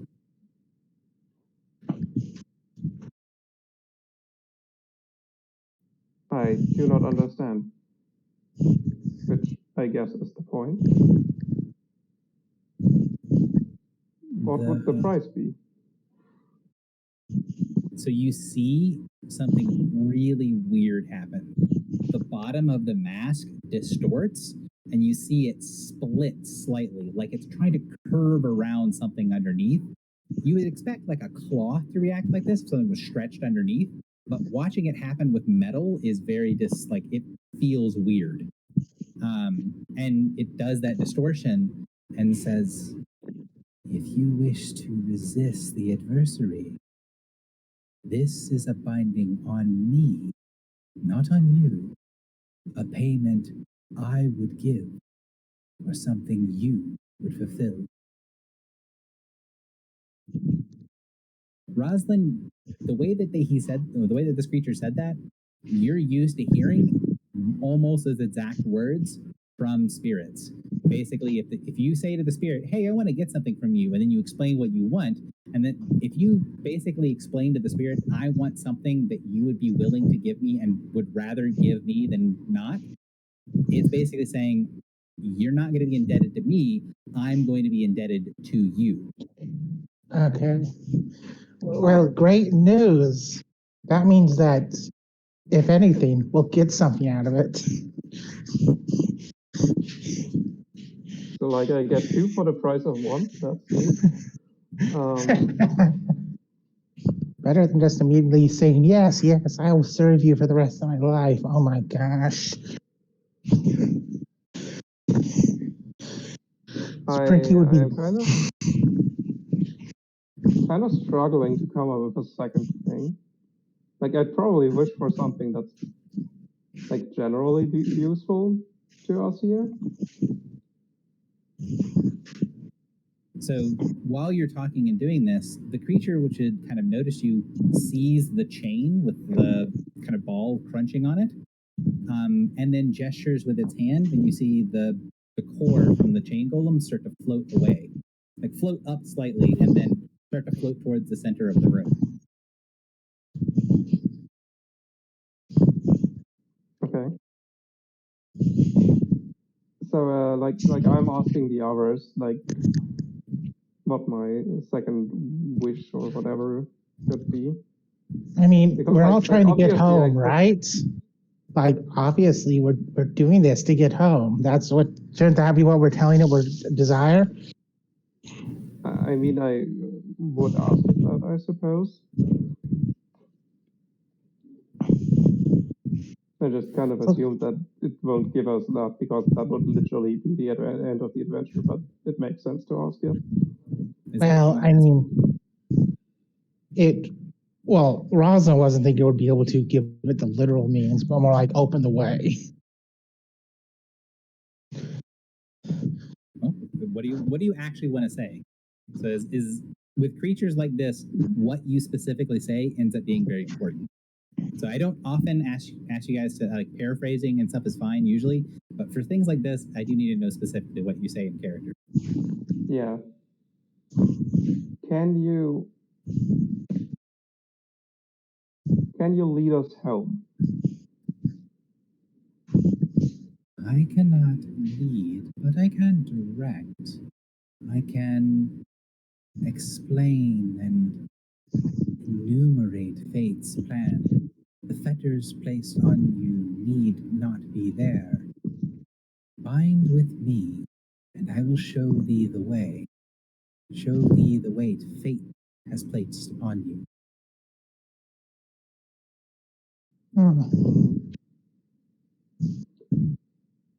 So that little core keeps floating in the middle of the room. I mean, I think that's neat. Echo shrugs and says, sounds good. I agree. So you see it spin that little inverted pyramid it has in its hand, and when it does, you see it. The spinning motion, it sort of sheds in every direction this huge ream of paper, and then as it sheds, it grabs with its other hand and places it into like a freshly made scroll, and then puts the scroll on one of the tables and like taps it as it unfurls back down, and you see this massive script, and then at the bottom a little X with a line that's blank. Can I read it? No, Like, I can't even figure out what kind of language it is. you can figure out what language it is. That is true. Can you read it? No. It's definitely in the Barhazad text, but it's neither primordial nor any of the versions of Abyssal that you know. You're pretty certain it's some version of Abyssal. Well, that bodes well. I guess I know what a pen is, and I might have one on me. Let me make sure I'm not saying something. Oh, well, actually, so you don't know what language it is. However, you know a language that's close enough to this language to be able to make out pieces of the contract. So I will send that to you. That'll be, I did not realize you had a language that was close enough. So I didn't pre-plan this, and I want to give you the chunk you would know. But you would have a chunk that you'd be able to make out, and the Cliff Notes version of what you'd be able to make out is that the contract seems to be binding you to fulfill your fate and to step back home.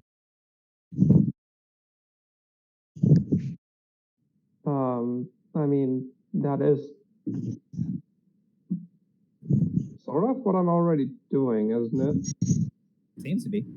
The parts that you can read of the contract seems to all be things you were already planning on doing.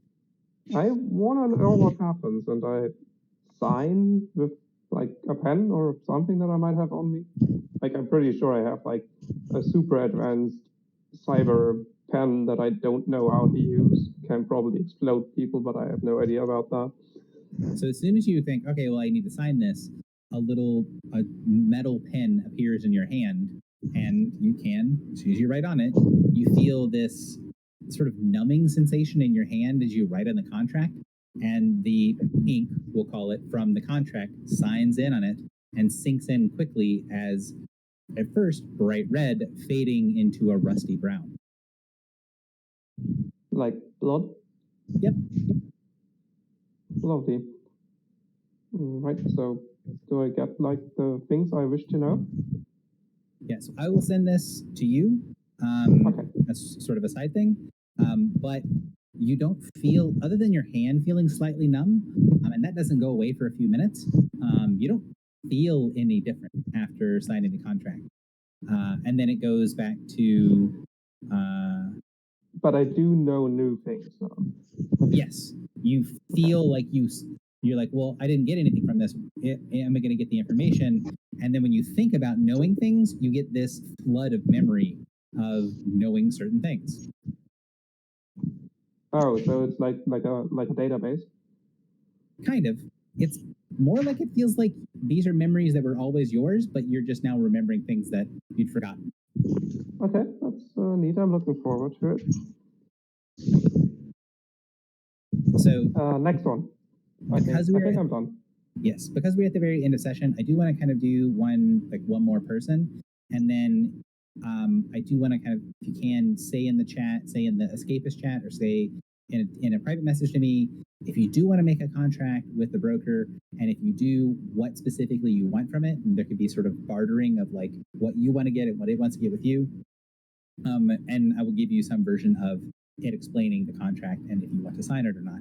Not everyone has to sign is 100% a personal thing. but the broker is going to kind of give each individual person time.